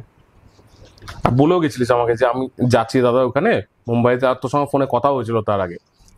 I think that was a promotion ছিল। হ্যাঁ, you can attach that clip, I have that. হ্যাঁ, ওগুলো আমাকে দিলে আমি অ্যাটাচ করে দেবো। ইট ওয়াজ রিয়েলি, মানে কি বলতো, ওই দিনকার পরে আমি যখন তোকে দেখলাম না ভারতীয়াংশে, I saw different Shubho. And that is like, আমার কাছে কি বলতো, আমার কাছে একটা খুব প্রাউড মোমেন্ট হয়েছে যে সবাই কিন্তু অ্যাক্টিং করতে চায় কিন্তু মনোটোনাস হয়ে যায় লাইফে, জানিস তো। আমি যেরকম বলছি, একজন একটা রকমের যদি ক্যারেক্টার যদি সারাক্ষণ প্লে করে, সেটা তুই দেখতে দেখতে ধাতস্থ হয়ে যাবি। But when you are doing this character, and রং পেন্সিলে তোর একটা ক্যারেক্টার ছিল, ওয়াজ আ অ্যাংরি সান, ঠিক আছে, ওখান থেকে তুই একটা পেট্রিয়টিকের করছিস, টোটাল এক্সপ্রেশনস কিন্তু চেঞ্জ হয়ে যাচ্ছে, ঠিক আছে, and you are doing it. আমি দেখেছি ট্রেলারটা, ওটার মধ্যে তো different Shubho, and that made me very proud কে এই ছেলেটা না যে কোনো মোমেন্টে যে কোনো শটে কিন্তু ও ক্যাচ করে দেবে। ইনফ্যাক্ট দাঁড়াও, কালকে আমি তোমাকে একটা কমেন্ট দেখাচ্ছি, দাঁড়াও, ইট অ্যামিউজ মি, মানে লোকেরা যে এতটা ওরা লক্ষ্য করে। So that thing was like, আমাদের এখন আমরা একটা নতুন প্রকল্পে কাজ করেছি, মহিষাসুর মর্দিনী। 2024-এ ওটা আসতে চলেছে, নবচিত্র ক্রিয়েশনস এর একটা প্রকল্প, ওখানে আমি মহিষাসুর হয়েছি। তো মহিষাসুর হওয়াতে এখানে একটা ছেলে, আমাদের এই ছবিটা কেমন লাগছে আমাদের মহিষাসুরকে, এটা আমি আজকে ফেসবুকে দেখেছি। এটা এই ছবিটাতে একজন কি কমেন্ট করেছে, দেখো কোথায়, হ্যাঁ লেখা আছে, মারাত্মক লাগছে, আমি নোটিস করেছি এই ছেলেটি হাসলেই তো কচি করে জিভ দাঁতের কাছে চলে আসে। ওকে, উইচ হ্যাপেন্স, আমি যখন হাসি আমার হালকা জিভ, আমি এটা অনেক চেষ্টা করি যে এটা যাতে না আসে, কিন্তু এটা চলে আসে সামহাউ। এই লোকটা ওটা নোটিস করেছে, কিন্তু মহিষাসুরের লুকে একদম অন্যরকম লাগছে। সো আমি চেষ্টা করি যে যখনই কোনো ক্যারেক্টার প্লে করছি, ওই ক্যারেক্টারের কথা বলার ধরন, ওর চলার ধরন, বেসিক্যালি ওটা শুভ হই করছি, বাট আমি যখন ওইটা করছি আমি চেষ্টা করি যে আমি যতটা ক্লোজ করা যেতে পারে। যেমন আমি মহিষাসুরের আওয়াজে এইভাবে কথা বলেছি, ও তারপরে যখন আমি লাইক ভারতীয়ানস করছি, ওখানে মোরালেস দিস ওয়াজ মাই ভয়েস, এইভাবেই কথা বলেছি। তারপরে যখন আমাদের এই জগদ্ধাত্রী করছি, জগদ্ধাত্রীতে I use to have this base, মহিষাসুরের যেমন এইভাবে বলতাম, এইটাকেই ওখানে মাইনিউট করে দিয়ে ও ইউ জাস্ট শান না, আমি তাই ভাবি কেন ডেকে কেন বাড়িয়েছেন আমাকে, বাট হ্যাঁ এইরকম আর কি। মানে অ্যাক্টিং এর সঙ্গে ভয়েস মডুলেশনটাও আমাদের করতে হয়, নাহলে ক্যারেক্টারের সঙ্গে কিন্তু অনেক সময় চেষ্টা করতে হয় না, এটা হবেই, এটা করতে হয়। If you can't do that voice modulation না, প্লেন অ্যাক্টিং করলে পর হবে না। তুই যখন ডাবিং এ যাবি, কারণ আমরা যখন শর্টগুলো নিই না, শর্টগুলো নেওয়ার পরে কিন্তু আমাদের ডাবিং হয়। ডাবিং এই জন্যই হয় যে প্রত্যেকটা ক্ল্যারিটি আমরা পাই। হ্যাঁ, সিরিয়ালে ডাবিং হয় না, সিরিয়ালে হয় না, but I am talking about the movies. হ্যাঁ মুভিজ হয়, তো সেখানে ডাবিং হয়, সেখানে কিন্তু অ্যাকচুয়াল তোর ক্ল্যারিটিটা আরো ফুটে ওঠে একদম। যখন মহিষাসুর মর্দিনী করছিস, যে যে গলার ভয়েসটা আছে সেটা কিন্তু আরো ফুটে উঠবে তুই যখন ডাবিং করছিস।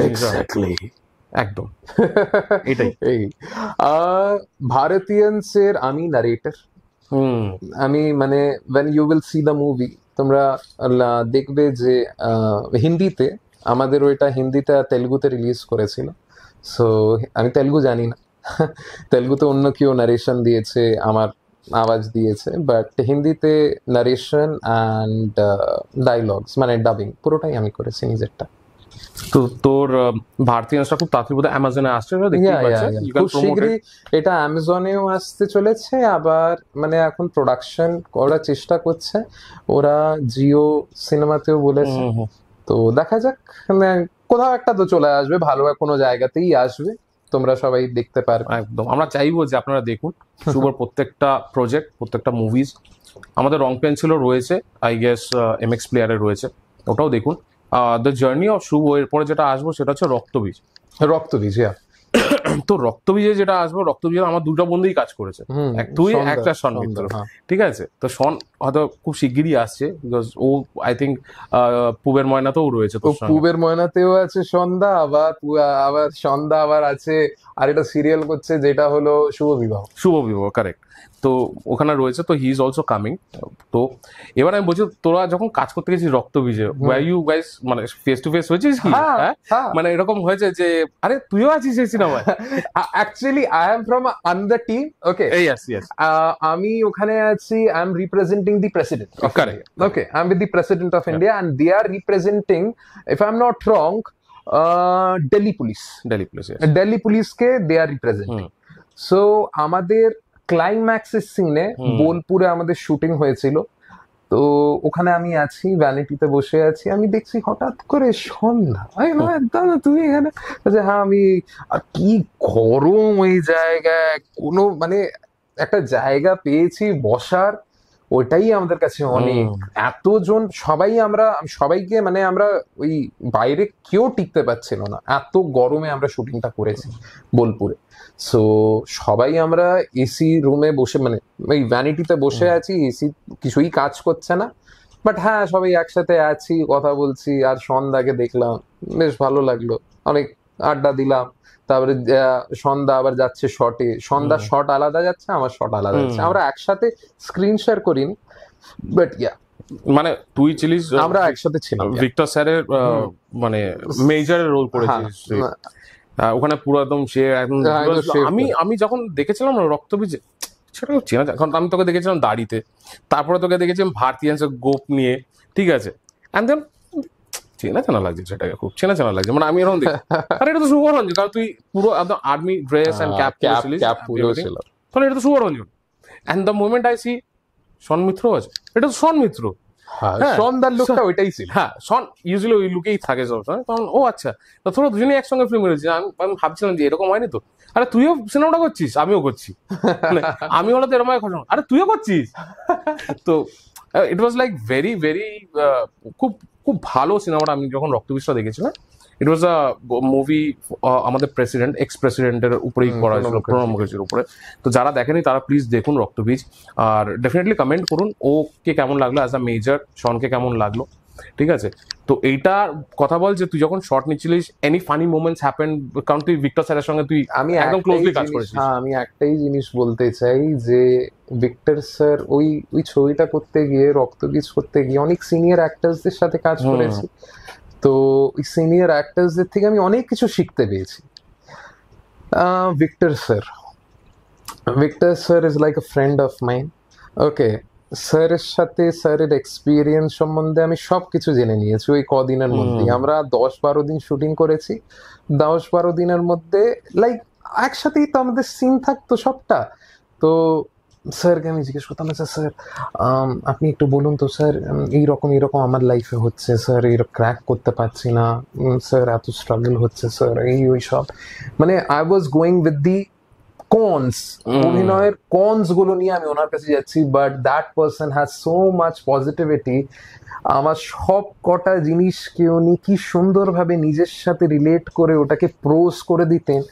আমি ওনাকে একটা জিনিস জিজ্ঞেস করেছিলাম, স্যার আপনি এখানে মানে আমি কোনো শর্ট দিলে স্যার একটা জিনিস করি, যেটা আমি আর বলেছিলাম আগে যে সবাই আমাকে ভারত ইন্স করার সময় বলতো যে তুই তো শর্টটা দেখতে যাবি তখন দেখে নিস।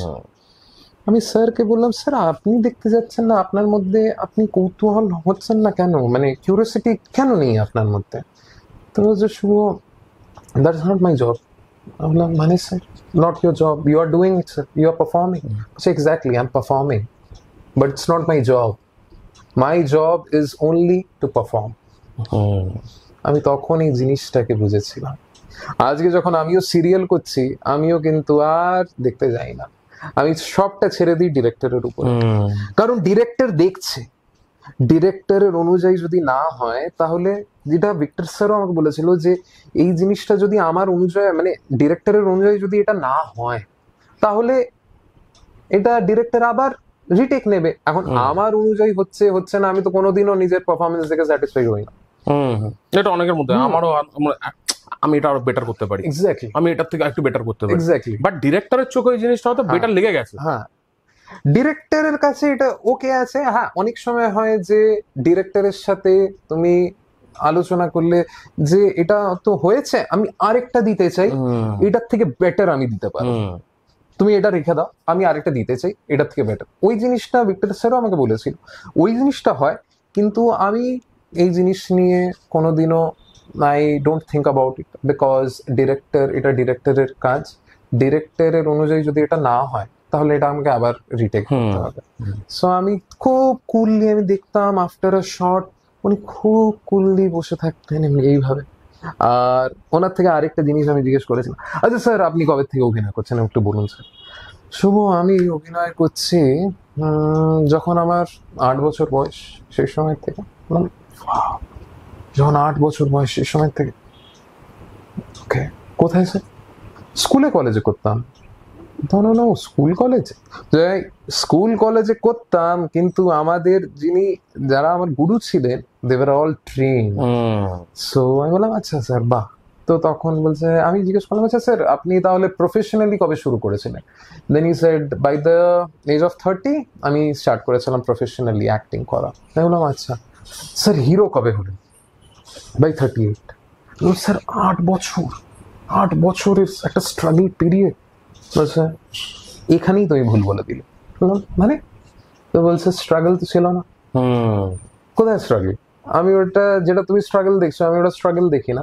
বিকজ আমি দেখছি ওই সময় আমি তৈরি হচ্ছি, আমি নিজেকে পলিশ করছি। By the age when I was 38, that time I started as a hero, after that I was a hero. আমি কিন্তু তারপরে হিরোই থেকেছি, okay, with my bald head. So এই সব নিয়েও কিন্তু আমি হিরো। দ্যাটস ওয়াই আমরা শুধু ওনাকে বাংলা ইন্ডাস্ট্রিতে দেখিনি, ইনফ্যাক্ট বলিউডেও দেখেছি, হলিউডে হলিউডে কাজ করেছে। আর কি, it is not about the appearance, it is about your thinking, ভাবছিস, রাইট, অ্যান্ড নিজেকে পলিশ করা। Right, after every work, every project, আমি নিজেকে কতটা পলিশ করবো রাইট, সেটার উপরে ডিপেন্ড করছে। আজকে 4 বছর হয়ে গেছে, তোর মধ্যে অনেক চেঞ্জেস এসছে, অনেক অনেক কিছু ভালো জিনিস এসছে, অনেক পলিশড হয়েছিস, ঠিক আছে, আরো polished hobby. Same for me also, মানে আমরা যখন করতাম, তো তখন শিখছি, এভরিথিং ইজ লার্নিং। অ্যান্ড যখন নতুন নতুন বিগ পার্সোনালিটিসদের সঙ্গে আমরা যখন দেখা করি না, we tend to get that knowledge from them. Exactly, আমাদের একটা হাইপ থাকে যে এক্স্যাক্টলি। এটা এটা করলে পরে এটা হবে, হয়তো ওটা নাও হতে পারে, হ্যাঁ, ওটা নাও হতে পারে। You have to be very calm. আমরা কিন্তু হাইপার হয়ে যাই, হ্যাঁ, আমরা হতাম, এখন হই না, একটা টাইমে হতাম, কিন্তু এখন কিন্তু কাম কুল, ঠিক আছে আমি শর্টটা দেবো, আমি স্ক্রিপ্টটা পড়লাম, আমি দেখলাম, আমি ক্যারেক্টারের ভিতরে চলে গেলাম, এবার ক্যারেক্টারের মতন থিঙ্কিং করলাম, and then I will give the short.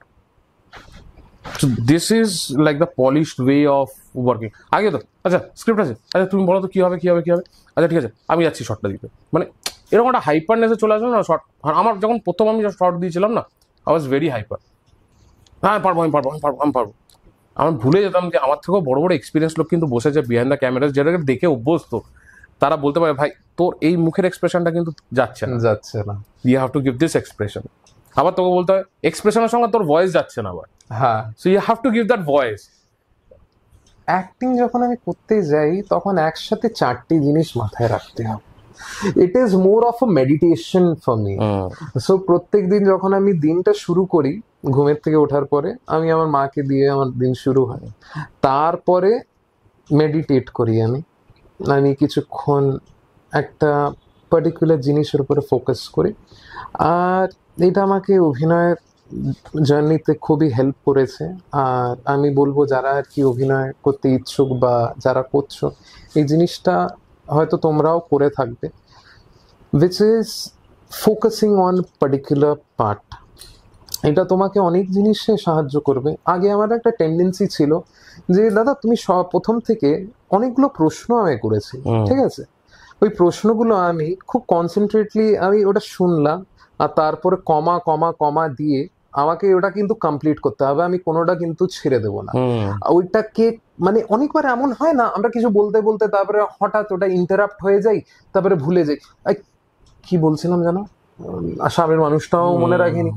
এই জিনিসটা যদি তোমরা মেডিটেশন করো তাহলে ইমপ্রুভমেন্ট পাবে। আমি পেয়েছি, আমি খুব আমার দ্বারা এই ভুলটা হতো, আর আমি পেয়েছি এই জিনিসটা। এটা খুব হেল্প করে। অ্যাক্টিং একসাথে 4টে জিনিস তোমায় করতে হচ্ছে, কম্পোজিশন মনে রাখতে হচ্ছে, লাইনস মনে রাখতে হচ্ছে, এক্সপ্রেশন তোমাকে অ্যাকর্ডিংলি দিতে হচ্ছে, ভয়েস টেম্পারমেন্ট কতটাতে তুমি দিচ্ছ, তাছাড়া তোমার বডি ল্যাঙ্গুয়েজ আছে, অনেক কিছু আছে। স্পেশালি সব থেকে টাফ সিচুয়েশন আমার লাগে কি বলতো, ক্লোজ আপ শটে তো ফেসের প্রত্যেকটা এক্সপ্রেশন কিন্তু ধরা পড়ে, starting from your lip movement to your eyebrows movement, ঠিক আছে, এইটা কিন্তু আমার কাছে খুব টাফ লাগে। লং শটে কি হয়, লং শট আমি দিয়ে দিতে পারবো, কিছুই তো যাচ্ছে না লং শটে, বাট অ্যাকচুয়াল অ্যাক্টিংটা যখন আসবে না, ক্লোজ শটে শটে চলে আসবে না, তখন এইটা নড়াবো এটা নড়াবো এটা নড়াবো, ঠিক আছে। তো expression is very vital along with the তোর যে ডায়লগটা আছে, ডায়লগটা থ্রোয়িংটা, ইট ইজ ভেরি ইম্পর্টেন্ট। ওটাতেই আসল তোর টেম্পারমেন্টটা অ্যাকচুয়ালি থাকে। তো রক্তবীজের পরে আমি তোর কাছে চলে আসবো, তুই সিরিয়ালে ঢুকলি কি করে? সিরিয়াল করার আমাকে কদিন আগে আমার একটা ইন্টারভিউ হয়েছিল, জগদ্ধাত্রী জয়েন করার পরে এবিপি আনন্দ আমার ইন্টারভিউ নিয়েছিল। They had asked me that why serial.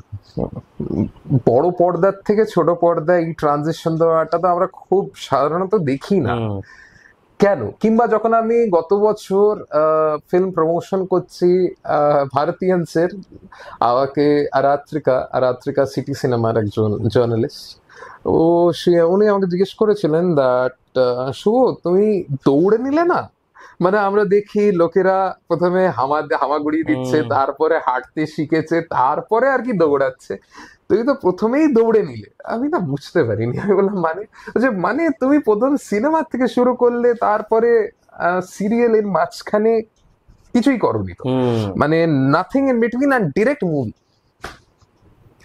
বললাম মায়ের আশীর্বাদের সুযোগ পেয়েছি। সিরিয়াল আমাকে জিজ্ঞেস করেছিল যে বড় পর্দার থেকে ছোট পর্দায় এই ট্রানজিশনটা তোমার কেমন লাগছে। আমার সিরিয়াল করতে খুবই ভালো লাগে, কারণ আমার কাছে একটা চ্যালেঞ্জের মতো।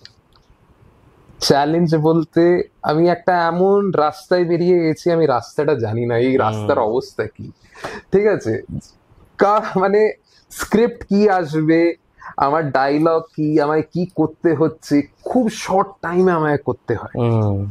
তো সিরিয়াল আমি যেটা মনে করি, মানে অন্যরা এটা ওদের নাও হতে পারে, বাট আমার যেটা মনে হয় যে আমাকে স্পন্টেনিয়াস ব্যাপারটা আমার মধ্যে অনেকটা বেশি করে দিচ্ছে। আর সিরিয়াল করতে প্রথম প্রথম আমার খুব অসুবিধাই হয়েছিল, কারণ আমাদের proper time, we don't have time for rehearsal and then giving a take, যেটা সিনেমায় আমরা পাচ্ছি।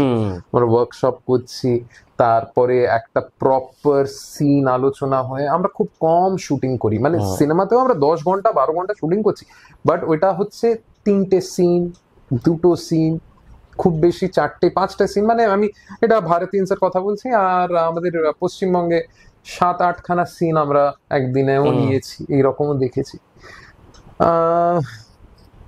সিরিয়ালে আমাদের 22 মিনিট ফুটেজ প্রত্যেকদিন তুলতে হচ্ছে, অনেকগুলো সিন, বড় বড় সিন।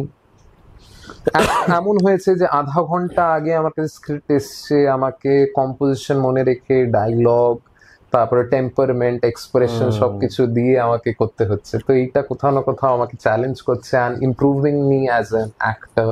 আমার মধ্যে স্পন্টেনিয়াস ব্যাপারটা আমি এখনো শিখছি, আমাকে অনেকেই হেল্প করে।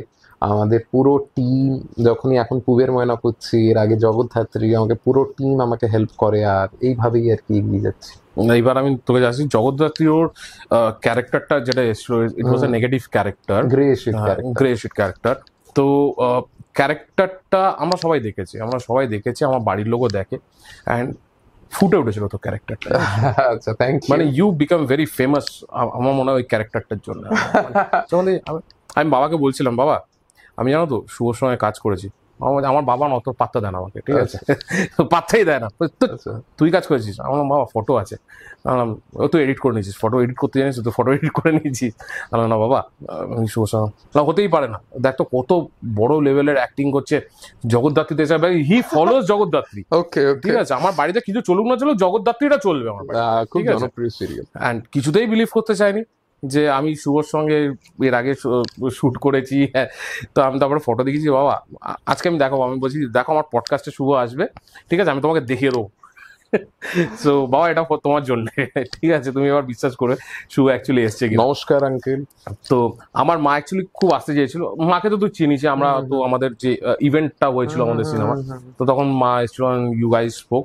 মা আজকে আসতে পারিনি, মা বলছিলাম আমি যাবো শুভ সঙ্গে দেখতে, বিকজ মা ইজ গোয়িং থ্রু সাম মানে প্রবলেম, পায় না সাইনেটিক নার্ভে একটু পেন হচ্ছে, তো she can't walk right now. তো বললো আসতে পারো না, আমি বললাম যে আমি শুভ আমি বাড়িতে চলে যাবো, ঠিক আছে, always welcome.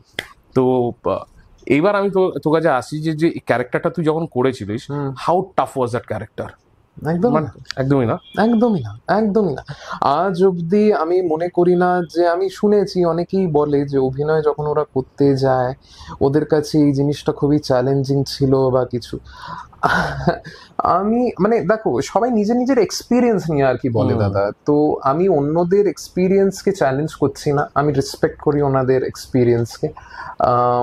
But for me জিনিসটা কি বলি, কেউ একজন আমাকে সংলাপ লিখে দিচ্ছেন, কেউ আমাকে সাজিয়ে দিচ্ছেন, অন্য কেউ আমাকে ড্রেস পরিয়ে দিচ্ছেন, তো সবটা আমার সামনে সবকিছু সাজানো আছে। ওকে, অন্য কেউ আছে যে আমাকে ক্যামেরা কিভাবে কোন অ্যাঙ্গেলে আমাকে সব থেকে সুন্দর লাগবে, লাইট কিভাবে পড়ছে, তো everything they are doing, I am just a tool over that. Okay, তারপরে আমাদের যিনি এডিটর আছেন উনি সাজাচ্ছেন, ডিরেক্টর আছেন যিনি স্ক্রিপ্ট লিখছেন স্নেহাশিস দা, উনি যেইভাবে আমাকে গাইড করে নিয়ে বলেছেন আমি ওইটাই করেছি।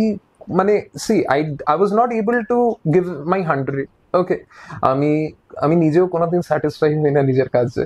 আমার মনে হয় যে এটা না ঠিক আছে, ওকে ফাইন, এটার থেকে বেটার আমি করতে পারতাম হয়তো, কিন্তু তোমরা বলছো যে ওটা যদি আমি ফোটাতে পেরেছি, আমি বলবো যে এটা ওনাদের কন্ট্রিবিউশন আমার থেকে বেশি, প্লাস আমার মায়ের আশীর্বাদ।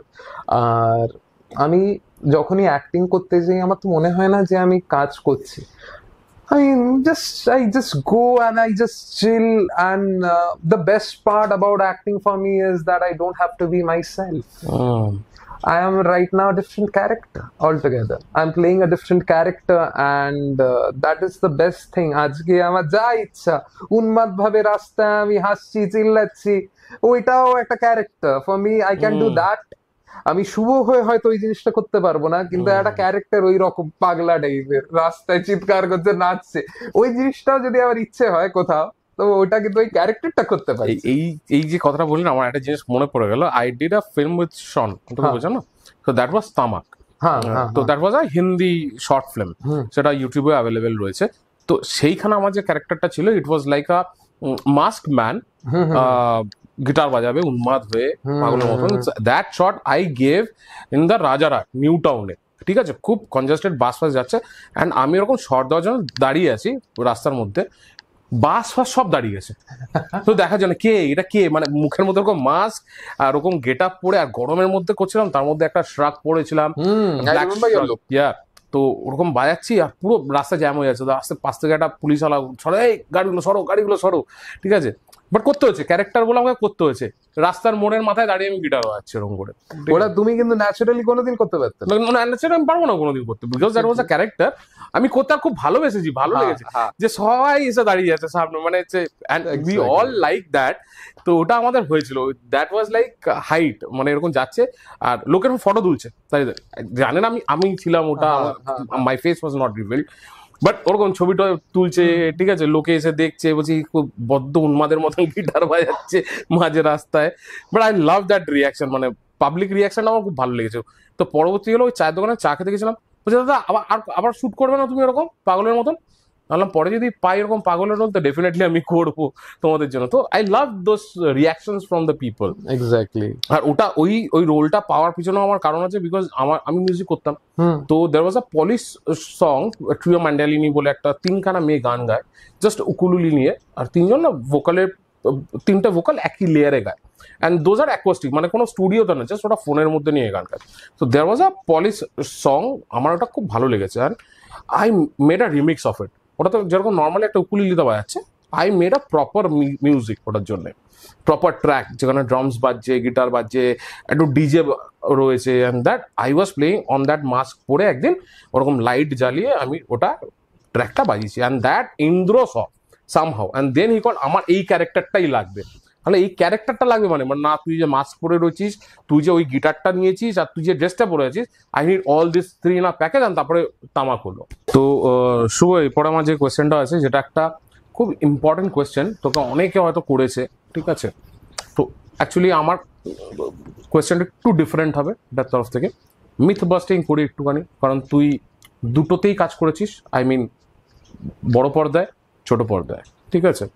অনেকে বলে না যে তুমি বড় পর্দা থেকে ছোট পর্দায় চলে আসলে, বা অনেকে বলে না ছোট পর্দা থেকে বড় পর্দায় চলে গেলে। এই যে টোনে যে ভ্যারিয়েশনসটা, মানে বুঝতেই পারছিস যে বড় থেকে ছোট বা ছোট থেকে বড়, ঠিক আছে? এই যে মিথ যে তুমি ডিমোট হলে না প্রমোট হলে, ঠিক আছে?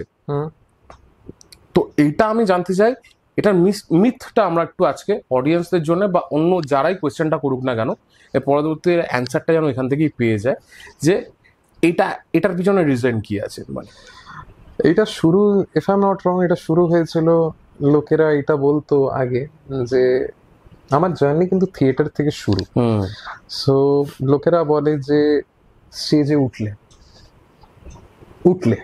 স্টেজে ইউ আর গোয়িং, তুমি উঠছো স্টেজে। আর লোকেরা আবার এটা বলে সিনেমায় নেমেছে, মানে সিনেমায় তুমি নেমেছো, স্টেজে উঠেছো। কিন্তু আমি বলতে চাই যে দাদা, আমি যেটা নিজে মনে করি, that is that we are entertainers at the end of the day. Absolutely. Actor, music composer, directors, we are all artists. Okay, এটা হচ্ছে একটা ক্যানভাস। হ্যাঁ, বড় ক্যানভাস, ছোট ক্যানভাস। ছোট ইন দ্য সেন্স, আমি স্ক্রিন সাইজ দিয়ে এটাকে ছোট বলবো না, আমার কাছে ছোটটা বেশি চ্যালেঞ্জিং। আমি যেটা বলেও ছিলাম যে সিনেমা করতে গিয়ে আমি অনেকটা সময় পাচ্ছি। ওকে, সিনেমা আমরা প্রত্যেকদিন খুব অল্প শুটিং, হয়তো 10 ঘন্টা 12 ঘন্টা করছি, বাট সিন 3টে 4টে যদি রক্তবীজের কথা বলি 6টা 7টা এইভাবে আমরা করেছি, মানে আমি করেছি আর কি। ওই জায়গায় আমরা একটা পুরো সিরিয়াল 22 মিনিটের footage, it can be like 2টো বড় সিনেও হয়ে যেতে পারে, 4টে সিনেও হতে পারে, আবার 8টা সিনেও হতে পারে। তো 22 মিনিটের আমাদের ফুটেজ তুলতে হয়। সো 22 মিনিটের ফুটেজ তোলার জন্য আমাদের কাছে টাইমটাও কিন্তু ছোট থাকে, লিমিটেড টাইম থাকে। সো আমি ওইভাবে মনে করি না যে এটা বড় এটা ছোট। ক্যানভাস, হ্যাঁ আমার কাছে এখানে সময়টা আছে, আমার যদি ভুল হয় ডিরেক্টর আমাকে ওইটা বুঝিয়ে নিয়ে করানোর সময়টা একটু বেশি। কিন্তু যদি এটা সিরিয়ালের ক্ষেত্রে আমাদের যেহেতু টাইমটা খুবই কম, রাইট, যদি ওখানে আমরা এনজি দিতে থাকি, hmm. NG is not granted, Yes. Not granted shot, yes, যদি ওইটা দিতে থাকি তাহলে টেলিকাস্ট আটকে যাবে, which is a very big loss for the producer and the production house. তারপরে চ্যানেলের কাছে গুডউইল, অ্যাক্টরের নিজের কাছে খারাপ লাগা, সো অনেক কিছুই ফ্যাক্টরস থাকে। আমি চেষ্টা করি যেন আমি কোনো লেফট ওভার না রাখি। আমাকে তুমি হয়তো 7টার সময় সিনটা দিয়েছো, 9টা 28 আমাদের প্যাক আপ, সো সিনটা পেয়েছি 7টায়, 7:30টায় ফ্লোরে গেছি, 4 পাতা 5 পাতা 6 পাতা সিন, শুধু ডায়লগ বলাটা তো কাজ নয়, এক্স্যাক্টলি, ওখানে কম্পোজিশনটা মাথায় রেখে, এক্সপ্রেশনটা, টেম্পারমেন্টটা সবকিছু মাথায় রেখে আমায় করতে হচ্ছে। So many things all together, rehearse করার সময় পাচ্ছি না, সব কিছুতে টাইম কম, ঠিক আছে, মানে ছোট ছোট ছোট টাইম, ছোট সময়, ছোট সবকিছু ছোট ছোট। সো ওই জায়গায় যখন গিয়ে তুমি করছো, তো আমার তো মনে হয় এটা অনেকই বেশি চ্যালেঞ্জিং, আর অনেক কিছু তোমাকে শেখায় ওই জিনিসটা। এই জিনিসটার অনেক আফটার এফেক্টস আমি এখন বুঝতে পারি, এখন যখন কাজ করছি। তো আমি এটা মনে করি না যে বড় পর্দা ছোট পর্দা কিংবা ওটিটি তো তাহলে আরো ছোট হবে, কারণ মোবাইল স্ক্রিনে নেই আমরা Correct. দেখছি, বেশিরভাগ লোকেরা মোবাইল স্ক্রিনে মোবাইলে দেখছে। সো তার মানে সব থেকে বড় স্ক্রিন, তার মানে আমার কাছে তো ওই অনুপাতে হওয়া উচিত থিয়েটার, কারেক্ট, যেটা actual actual, theatre is the base of everything. You say OTT, you say ad film, you say cinema, you say serial, you say anything. Theater is the foundation. If you think like that, then হ্যাঁ স্টেজে উঠছি ওইভাবে। আর তুই theatre থেকে কিন্তু অনেক কিছু শিখবি আজকের Exactly. ডেটে। আমি জানি যে অনেকে কিন্তু থিয়েটারটাকে ভ্যালু দেয় না, বাট আমার কাছে যেহেতু আমি লাইনে রয়েছি, তুই আছিস, আমরা জানি কতটা থিয়েটার তো লাইফ চেঞ্জ করবে। It teaches you discipline. Yes, আর তার সঙ্গে তুইও থিয়েটার করে এসেছিস, শনও থিয়েটার করে এসেছিস, দুজনেই থিয়েটার করে এসেছিস, আজকে তোরা কিন্তু একটা জায়গায় রয়েছিস। You guys are self disciplined, you know what to do.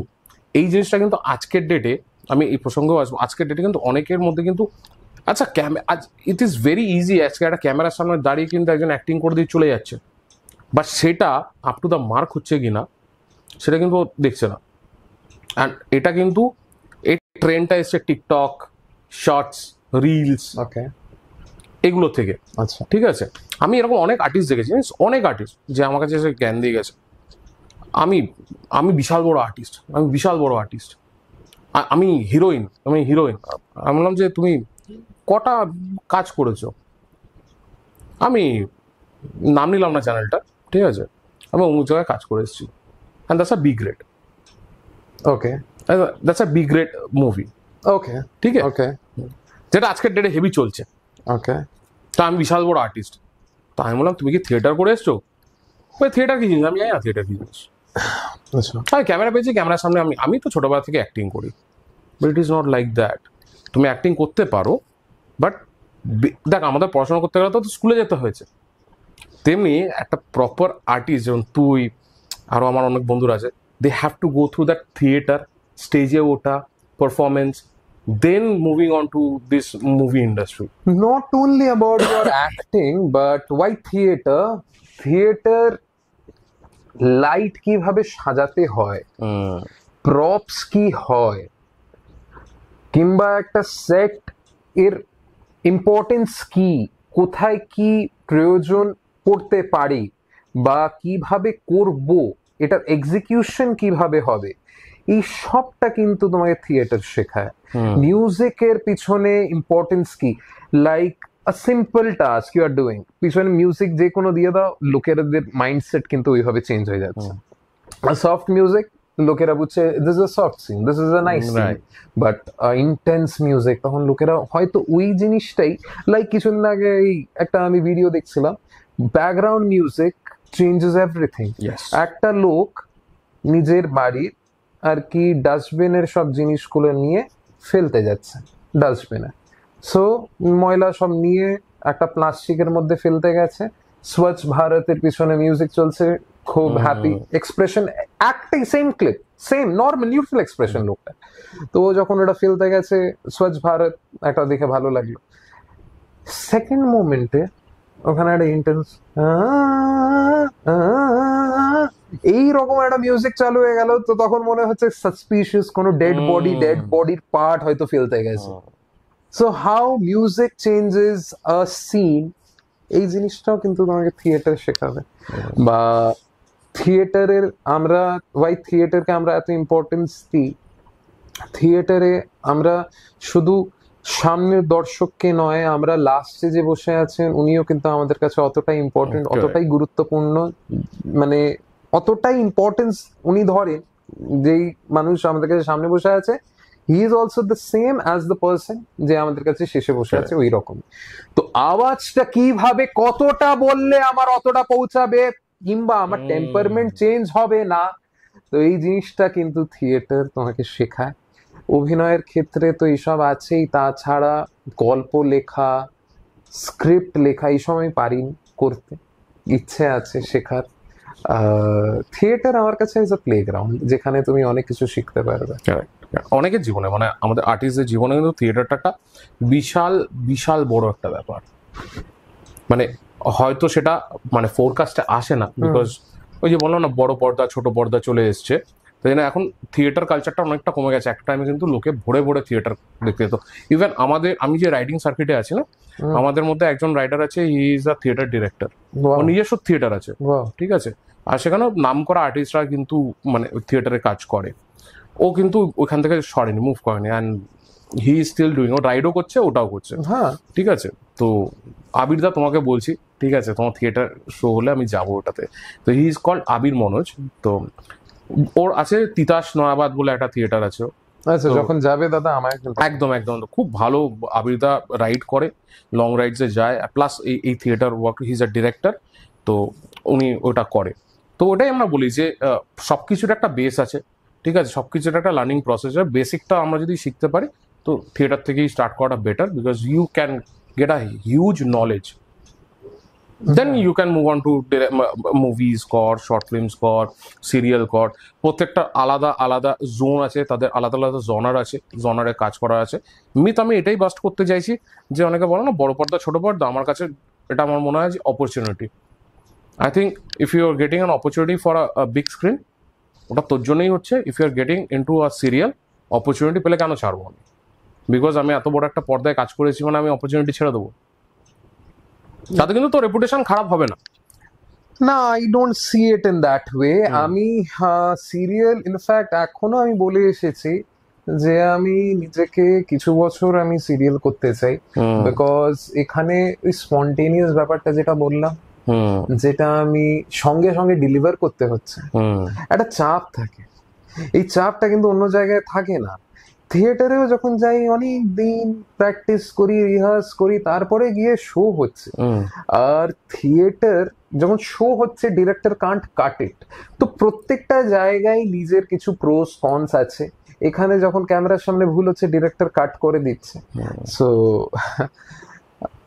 Theatre তোমাকে যেই রকম একটা জিনিস অনেক দিন রিহার্স করে তুমি গিয়ে পাঠ করছো, যখন শো করছো ডিরেক্টর তোমায় কাট করতে পারছে না। আবার সিমিলারলি সময়ের অভাবে সিরিয়ালে যখন তুমি পারফর্ম করছো, তোমায় পারফর্ম নিজের বেস্ট দিতে হবে, ঠিক আছে? আর ওই জিনিসটা এই মাথায় রেখে যে আমার কাছে কিন্তু এনজিন করার মতন I don't have the time, I can't, I have to give my 100%, because আজকে যদি আমি এই শটটাকে মানে আমি নট গ্রান্টেড শট দিই তাহলে অনেক কিছু ইজ অ্যাট স্টেক। ওকে, পরের দিন টেলিকাস্ট আটকে যাবে, তো এই চেষ্টাটা থাকে। তো হ্যাঁ, এখানে এই জিনিসটা আমি শিখতে পাচ্ছি। আবার সিনেমায় একটা অন্য কিছু, ওখানে আলাদা একটা প্রো, আরেকটা মানে they show it in very artistic way. সিনেমা খুব আর্টিস্টিকলি বানানো হয়, তো ওখানে অনেক আলাদা আলাদা অ্যাঙ্গেলস, অনেক আলাদা আলাদা পিওভিস, মানে ওর শর্ট ডিভিশন ডিফারেন্স থাকে, মেনি থিং আলাদা আলাদা ভাবে করা হয়। তো প্রত্যেকটা জায়গার একটা নিজস্ব ইম্পর্টেন্স আছে। আমার কাছে প্রত্যেকটাই ইম্পর্টেন্ট, আর আমি প্রত্যেকটাকেই খুব রেসপেক্ট দিই। At the end of the day I am an entertainer. So তুমি যদি আমাকে যাত্রাও করতে বলো, আমার কাছে ওটাও কিন্তু আমি মনে করবো না যে আমি ছোট হয়ে যাচ্ছি। এক্স্যাক্টলি, আমার কোয়েশ্চেনটাই এটা ছিল যে কোনো ছোট বড় পর্দায় কাজ করে কিন্তু আমি ছোট হব না কোনোদিন। কাজ করছি, শিখছি, এক্স্যাক্টলি, ঠিক আছে, আমি delivering, I am improving day by day. সেটা তুমি যেখানে দেখো, ওটিটিতে দেখাও, তুমি সেখানে তুমি সিরিয়ালসে দেখাও, কি তুমি আমাকে বড় পর্দা দেখো। Not only that, when I see ad films also, ad ফিল্মেও এত সুন্দর ওরা পাঠ করে, কি ভালো লাগে দেখে। তুই তো প্রচুর অ্যাড ফিল্মস করেছিস, এখনো করছিস?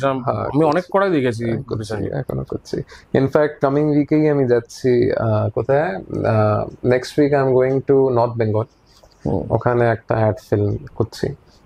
So every place has its own importance. Right.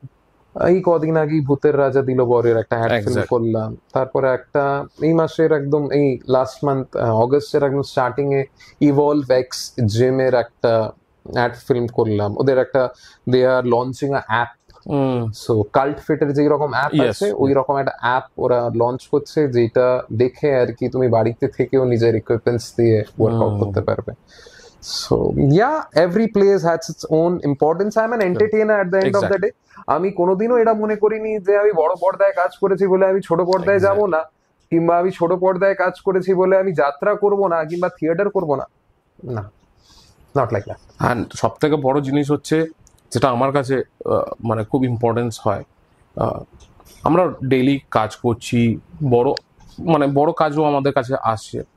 তো আমার কাছে মনে হয় যারাই বড় পর্দায় কাজ করছো বা সিরিয়ালস করছো, ছোট জায়গা থেকে উঠে একটা বড় জায়গায় গেছো, don't forget your roots and be very হাম্বল। আপনি হাম্বল পার্সন হলে না, ইউ উইল হ্যাভ, দেখ অডিয়েন্সই তো আমাদেরকে দেখে, They are God. They are God, They are God for me. If I misbehave with those audience, আমার কিন্তু কিছুই থাকবে না, আমি নিঃস্ব। এক্স্যাক্টলি। সো প্লিজ আমার কাছে একটাই রিকোয়েস্ট আছে, যেই আর্টিস্টই হোক, ঠিক আছে, if you are being very humble to your audience, to mankind, to human kind যারা আছে, সব আমাদের অডিয়েন্স যারা আছে, please be humble and please be down to earth. তাহলে দেখবে অনেক কিছু চেঞ্জ হয়ে যায় লাইফে। এক্স্যাক্টলি, আমি একটা জিনিসই বলে এসেছি, অনেক কটা সিরিয়াল করার পরে অনেকগুলো লাইভ আমাকে লোকেরা বলেছিল করতে, আর ওদের সঙ্গে আমি অনেক লাইভ করেছি।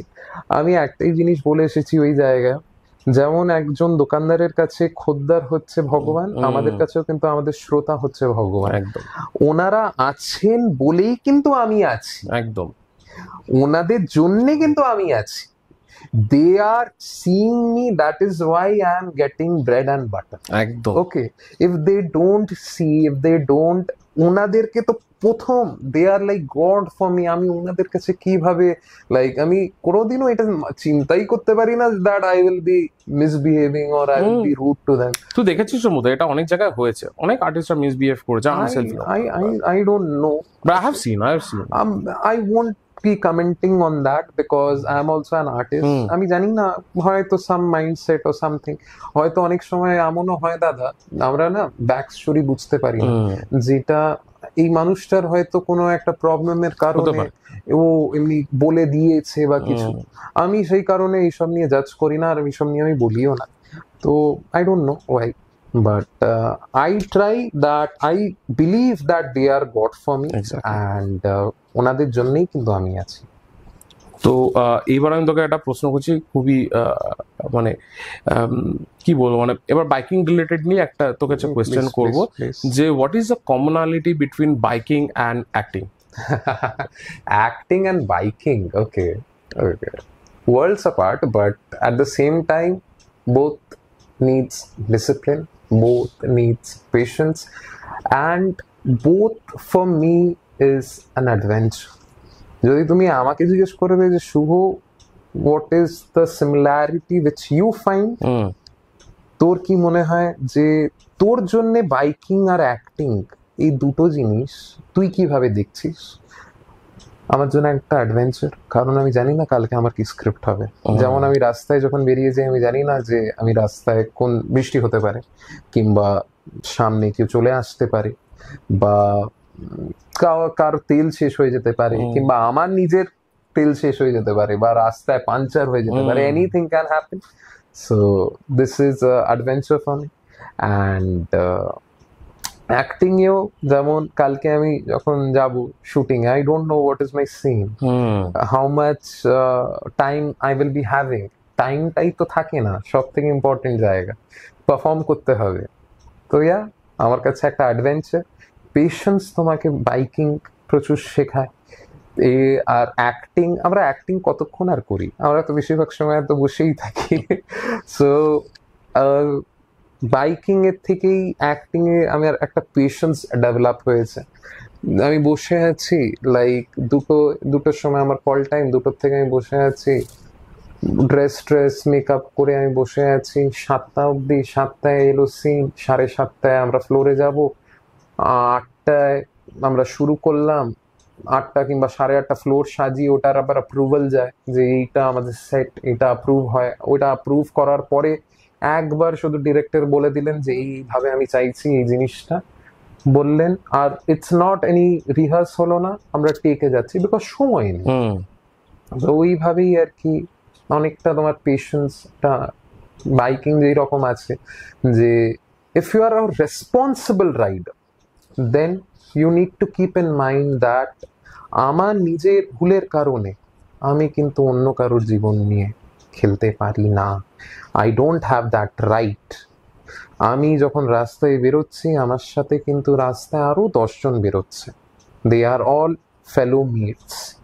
I should respect each and every one of them. তোমার কাছে হয়তো হাই পারফরমেন্স বাইক আছে, very good, you have paid the bike's price, you have paid the tax of the bike, but no one has given you right to do rash driving. So I would request everyone to not do rash driving, because মানে একটা আমরা বলি না যে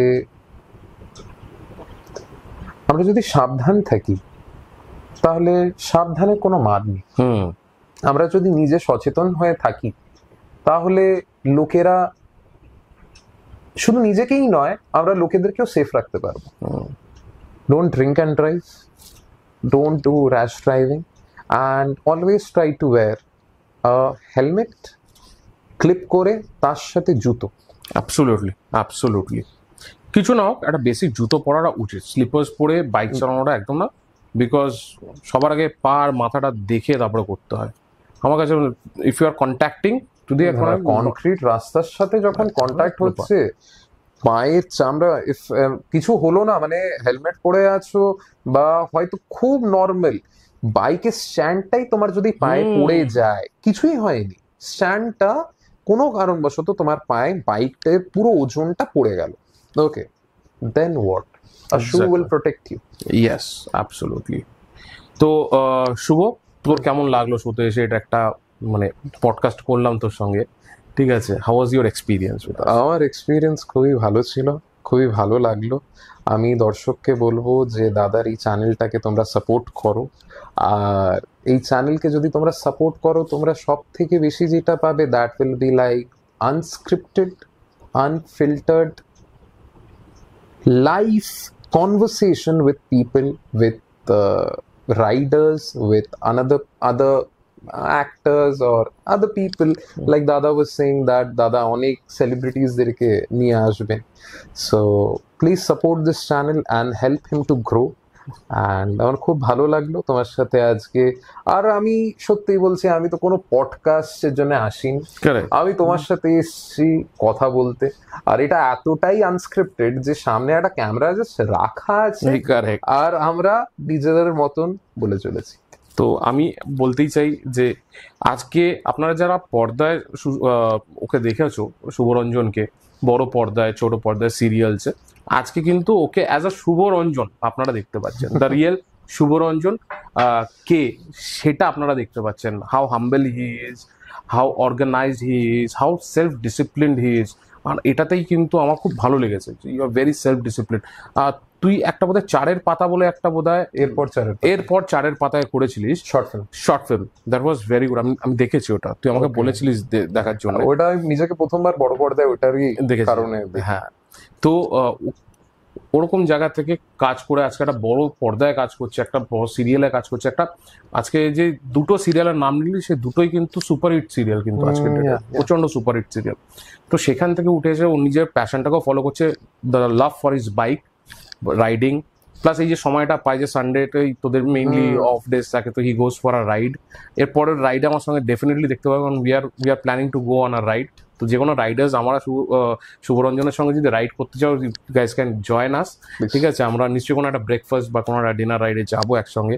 আমাদের এটা অনেক অনেক অনেক দিনের ইচ্ছা আছে, যাবো একসাথে যাবো বিকজ আমার মনে হচ্ছে লাস্ট যে শুটটা করেছিলাম সেই শুটে কিন্তু উই স্পোক অ্যাবাউট বাইক, আর সেখানে বিপ্লব দা ছিল। Biplab da was also an actor.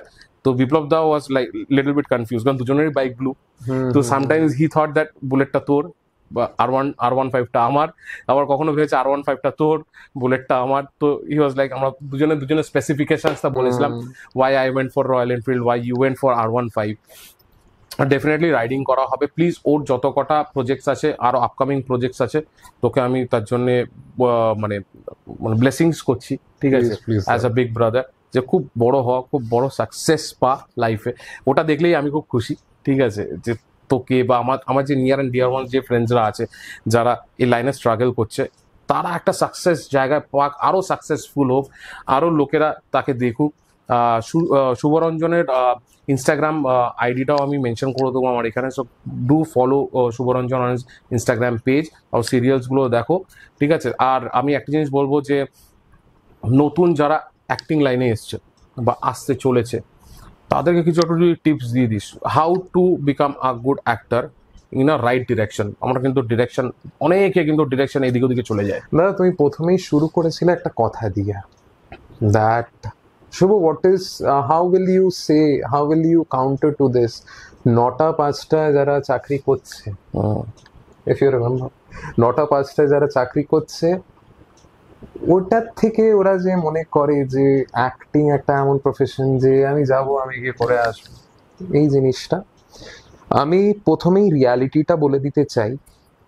Reality is, if you know about this, আমার পড়াশোনা হচ্ছে বিকম অনার্স নিয়ে। সো আমাদেরকে একটা ওয়ার্ড আমরা ওখানে শিখেছিলাম, দ্যাট ইজ দ্যাট, একটা ওয়ার্ড ঠিক নয়, এটা একটা পুরো স্টেটমেন্ট। এই জিনিসটা আমরা শিখেছিলাম যে প্রথমেই নিজের লসটাকে এনকাউন্টার করে নাও। লসকে যদি আমরা প্রথমেই জেনে নিই যে এটা আমার লস হতে পারে, তারপরে যদি আমরা এগিয়ে যাই, যদি লস হয়ে যায় তখন আমার মাথায় থাকবে, হ্যাঁ আমি তো এটা জানতাম, আমি এটা প্রথম থেকেই জানতাম যে এই জিনিসটা আমার সাথে হতে চলেছে। তো আজকে এই জিনিসটা দাঁড়িয়ে it won't be a abnormal loss for me. তারপরে যদি প্রফিট হয় তো ওয়েল অ্যান্ড গুড। অ্যাক্টিং এ যারা ইচ্ছুক, please please please come and please do act, because it's art. আর 9টা 5টায় যারা চাকরি করছো, তাদের কাছে একটা সিকিউরিটি আছে, একটা গ্যারেন্টি আছে। অ্যাক্টিং একটা এমন জব যেটা আমি জানি না যে এটা হতে পারে যে আজকেই আমি last in front of camera, কালকে হয়তো আমি ক্যামেরার সামনে আর অ্যাক্টিং করতে পারছি না। So this thing is always there. Every person who is an actor is struggling, যতই বড় অ্যাক্টর হোক না কেন, every actor is struggling. So struggle থাকবে। যখন তোমার কাছে কাজ আছে, লোকেরা তোমাকে দেখছে, তারপরে ওই জিনিসটা আরো ভালো করার চেষ্টা, এটাতে আমরা যখন উই হ্যাভ স্টার্টেড, আমাদের চেষ্টা এটা থাকে যে আমরা ক্যামেরার সামনে কিভাবে যাব, ক্যামেরার সামনে যখন চলে যাই চেষ্টা থাকে ক্যামেরার সামনে কিভাবে থাকবো, তারপরে চেষ্টা থাকে যে কিভাবে আমার ক্রাফটটাকে ইমপ্রুভ করব, আপগ্রেড করব, তারপরে আবার লড়াই, টিকে থাকা লড়াই, যে কিভাবে আমি এই জায়গায় টিকে থাকবো, ধরে রাখবো এই জিনিসটাকে।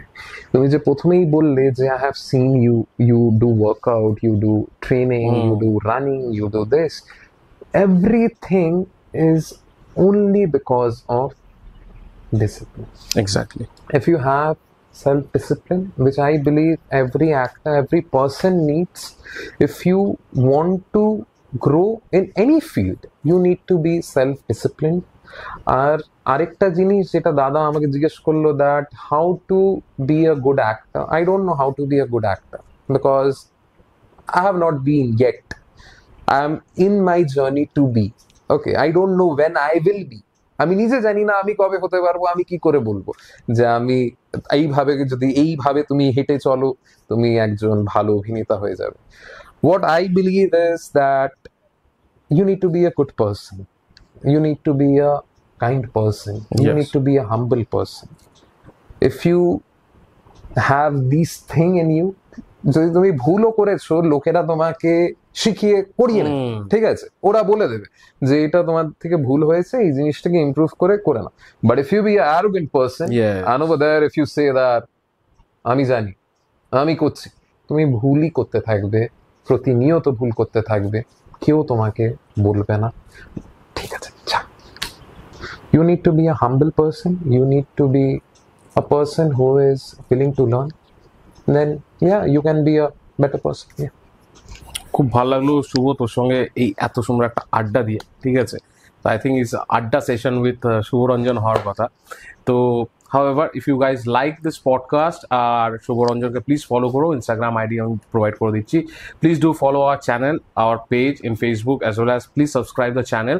আমরা প্রত্যেক ফ্রাইডে 7টার সময় নতুন নতুন সেলিব্রিটিস আর নতুন নতুন বাইকার্সদেরকে নিয়ে আসবো ফর আ পডকাস্ট অ্যান্ড আড্ডা সেশন, যেটা খুব ইন্টারেস্টিং হবে। আমাদের প্রত্যেকটা সেশন কিন্তু ডিফারেন্ট হয় with lot of interesting topics and interesting experience sharing হয়, যেখানে আপনাদের যারা আছেন তারা কিন্তু অনেক নলেজ গেইন করতে পারেন বিহাইন্ড দ্য ক্যামেরাজে কী চলছে, কী সিনস হচ্ছে, আমরা যখন রাইড করছি তার পিছনে কী মেন্টালিটি হচ্ছে বা কোনো অ্যাক্টিং হচ্ছে, তার পিছনে যে কত লোকের যে ডেডিকেশনস অ্যান্ড হার্ডওয়ার্ক থাকছে, সেগুলো কিন্তু আজকে কিন্তু এই পডকাস্টটাতে আপনারা খুঁজে পেলেন। তো Shubho, thank you for coming to our show TRC. আর this show has been sponsored by Yatis collection by Srija. তো সেখানে আপনারা বেঙ্গল ক্রাফট আর হ্যান্ডক্রাফটের উপর home decors as well as Bengali saris provide করা। তো thank you Srija for sponsoring the show. আর তোর জন্য ইয়াতিস কালেকশন আর টিসি ফিল্মসের তরফ থেকে দুটো gift hamper. So Thank you. This is a home decor and this is also from Srija's collection. Thank you. So thank you Srija for this small gift for our guest, and please do follow Yati's collection in the Facebook as well as Instagram, link dawai ache. So please go ahead, and the phone number is also there. আপনাদের কোনো যদি orders থাকে you can directly call on this number down below. This food has been sponsored by চব্য চোষো, আমাদের sponsor করেছে আজকে। So চব্য চোষো আপনার number দেওয়া আছে। তো those who wants to order food from চব্য চোষো, please contact চব্য চোষো and get your food right at your doorstep. তো আমরা একটা করে পিসেস নিচ্ছি এখন to try out how it is. তো তুই খেয়ে বল তো কেমন লাগলো। Okay. Looks good.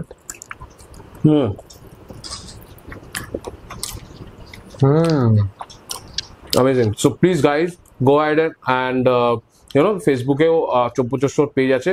So please go ahead and like, share চব্য চোষো, and please order your delicious meal from চব্য চোষো. Thank you guys.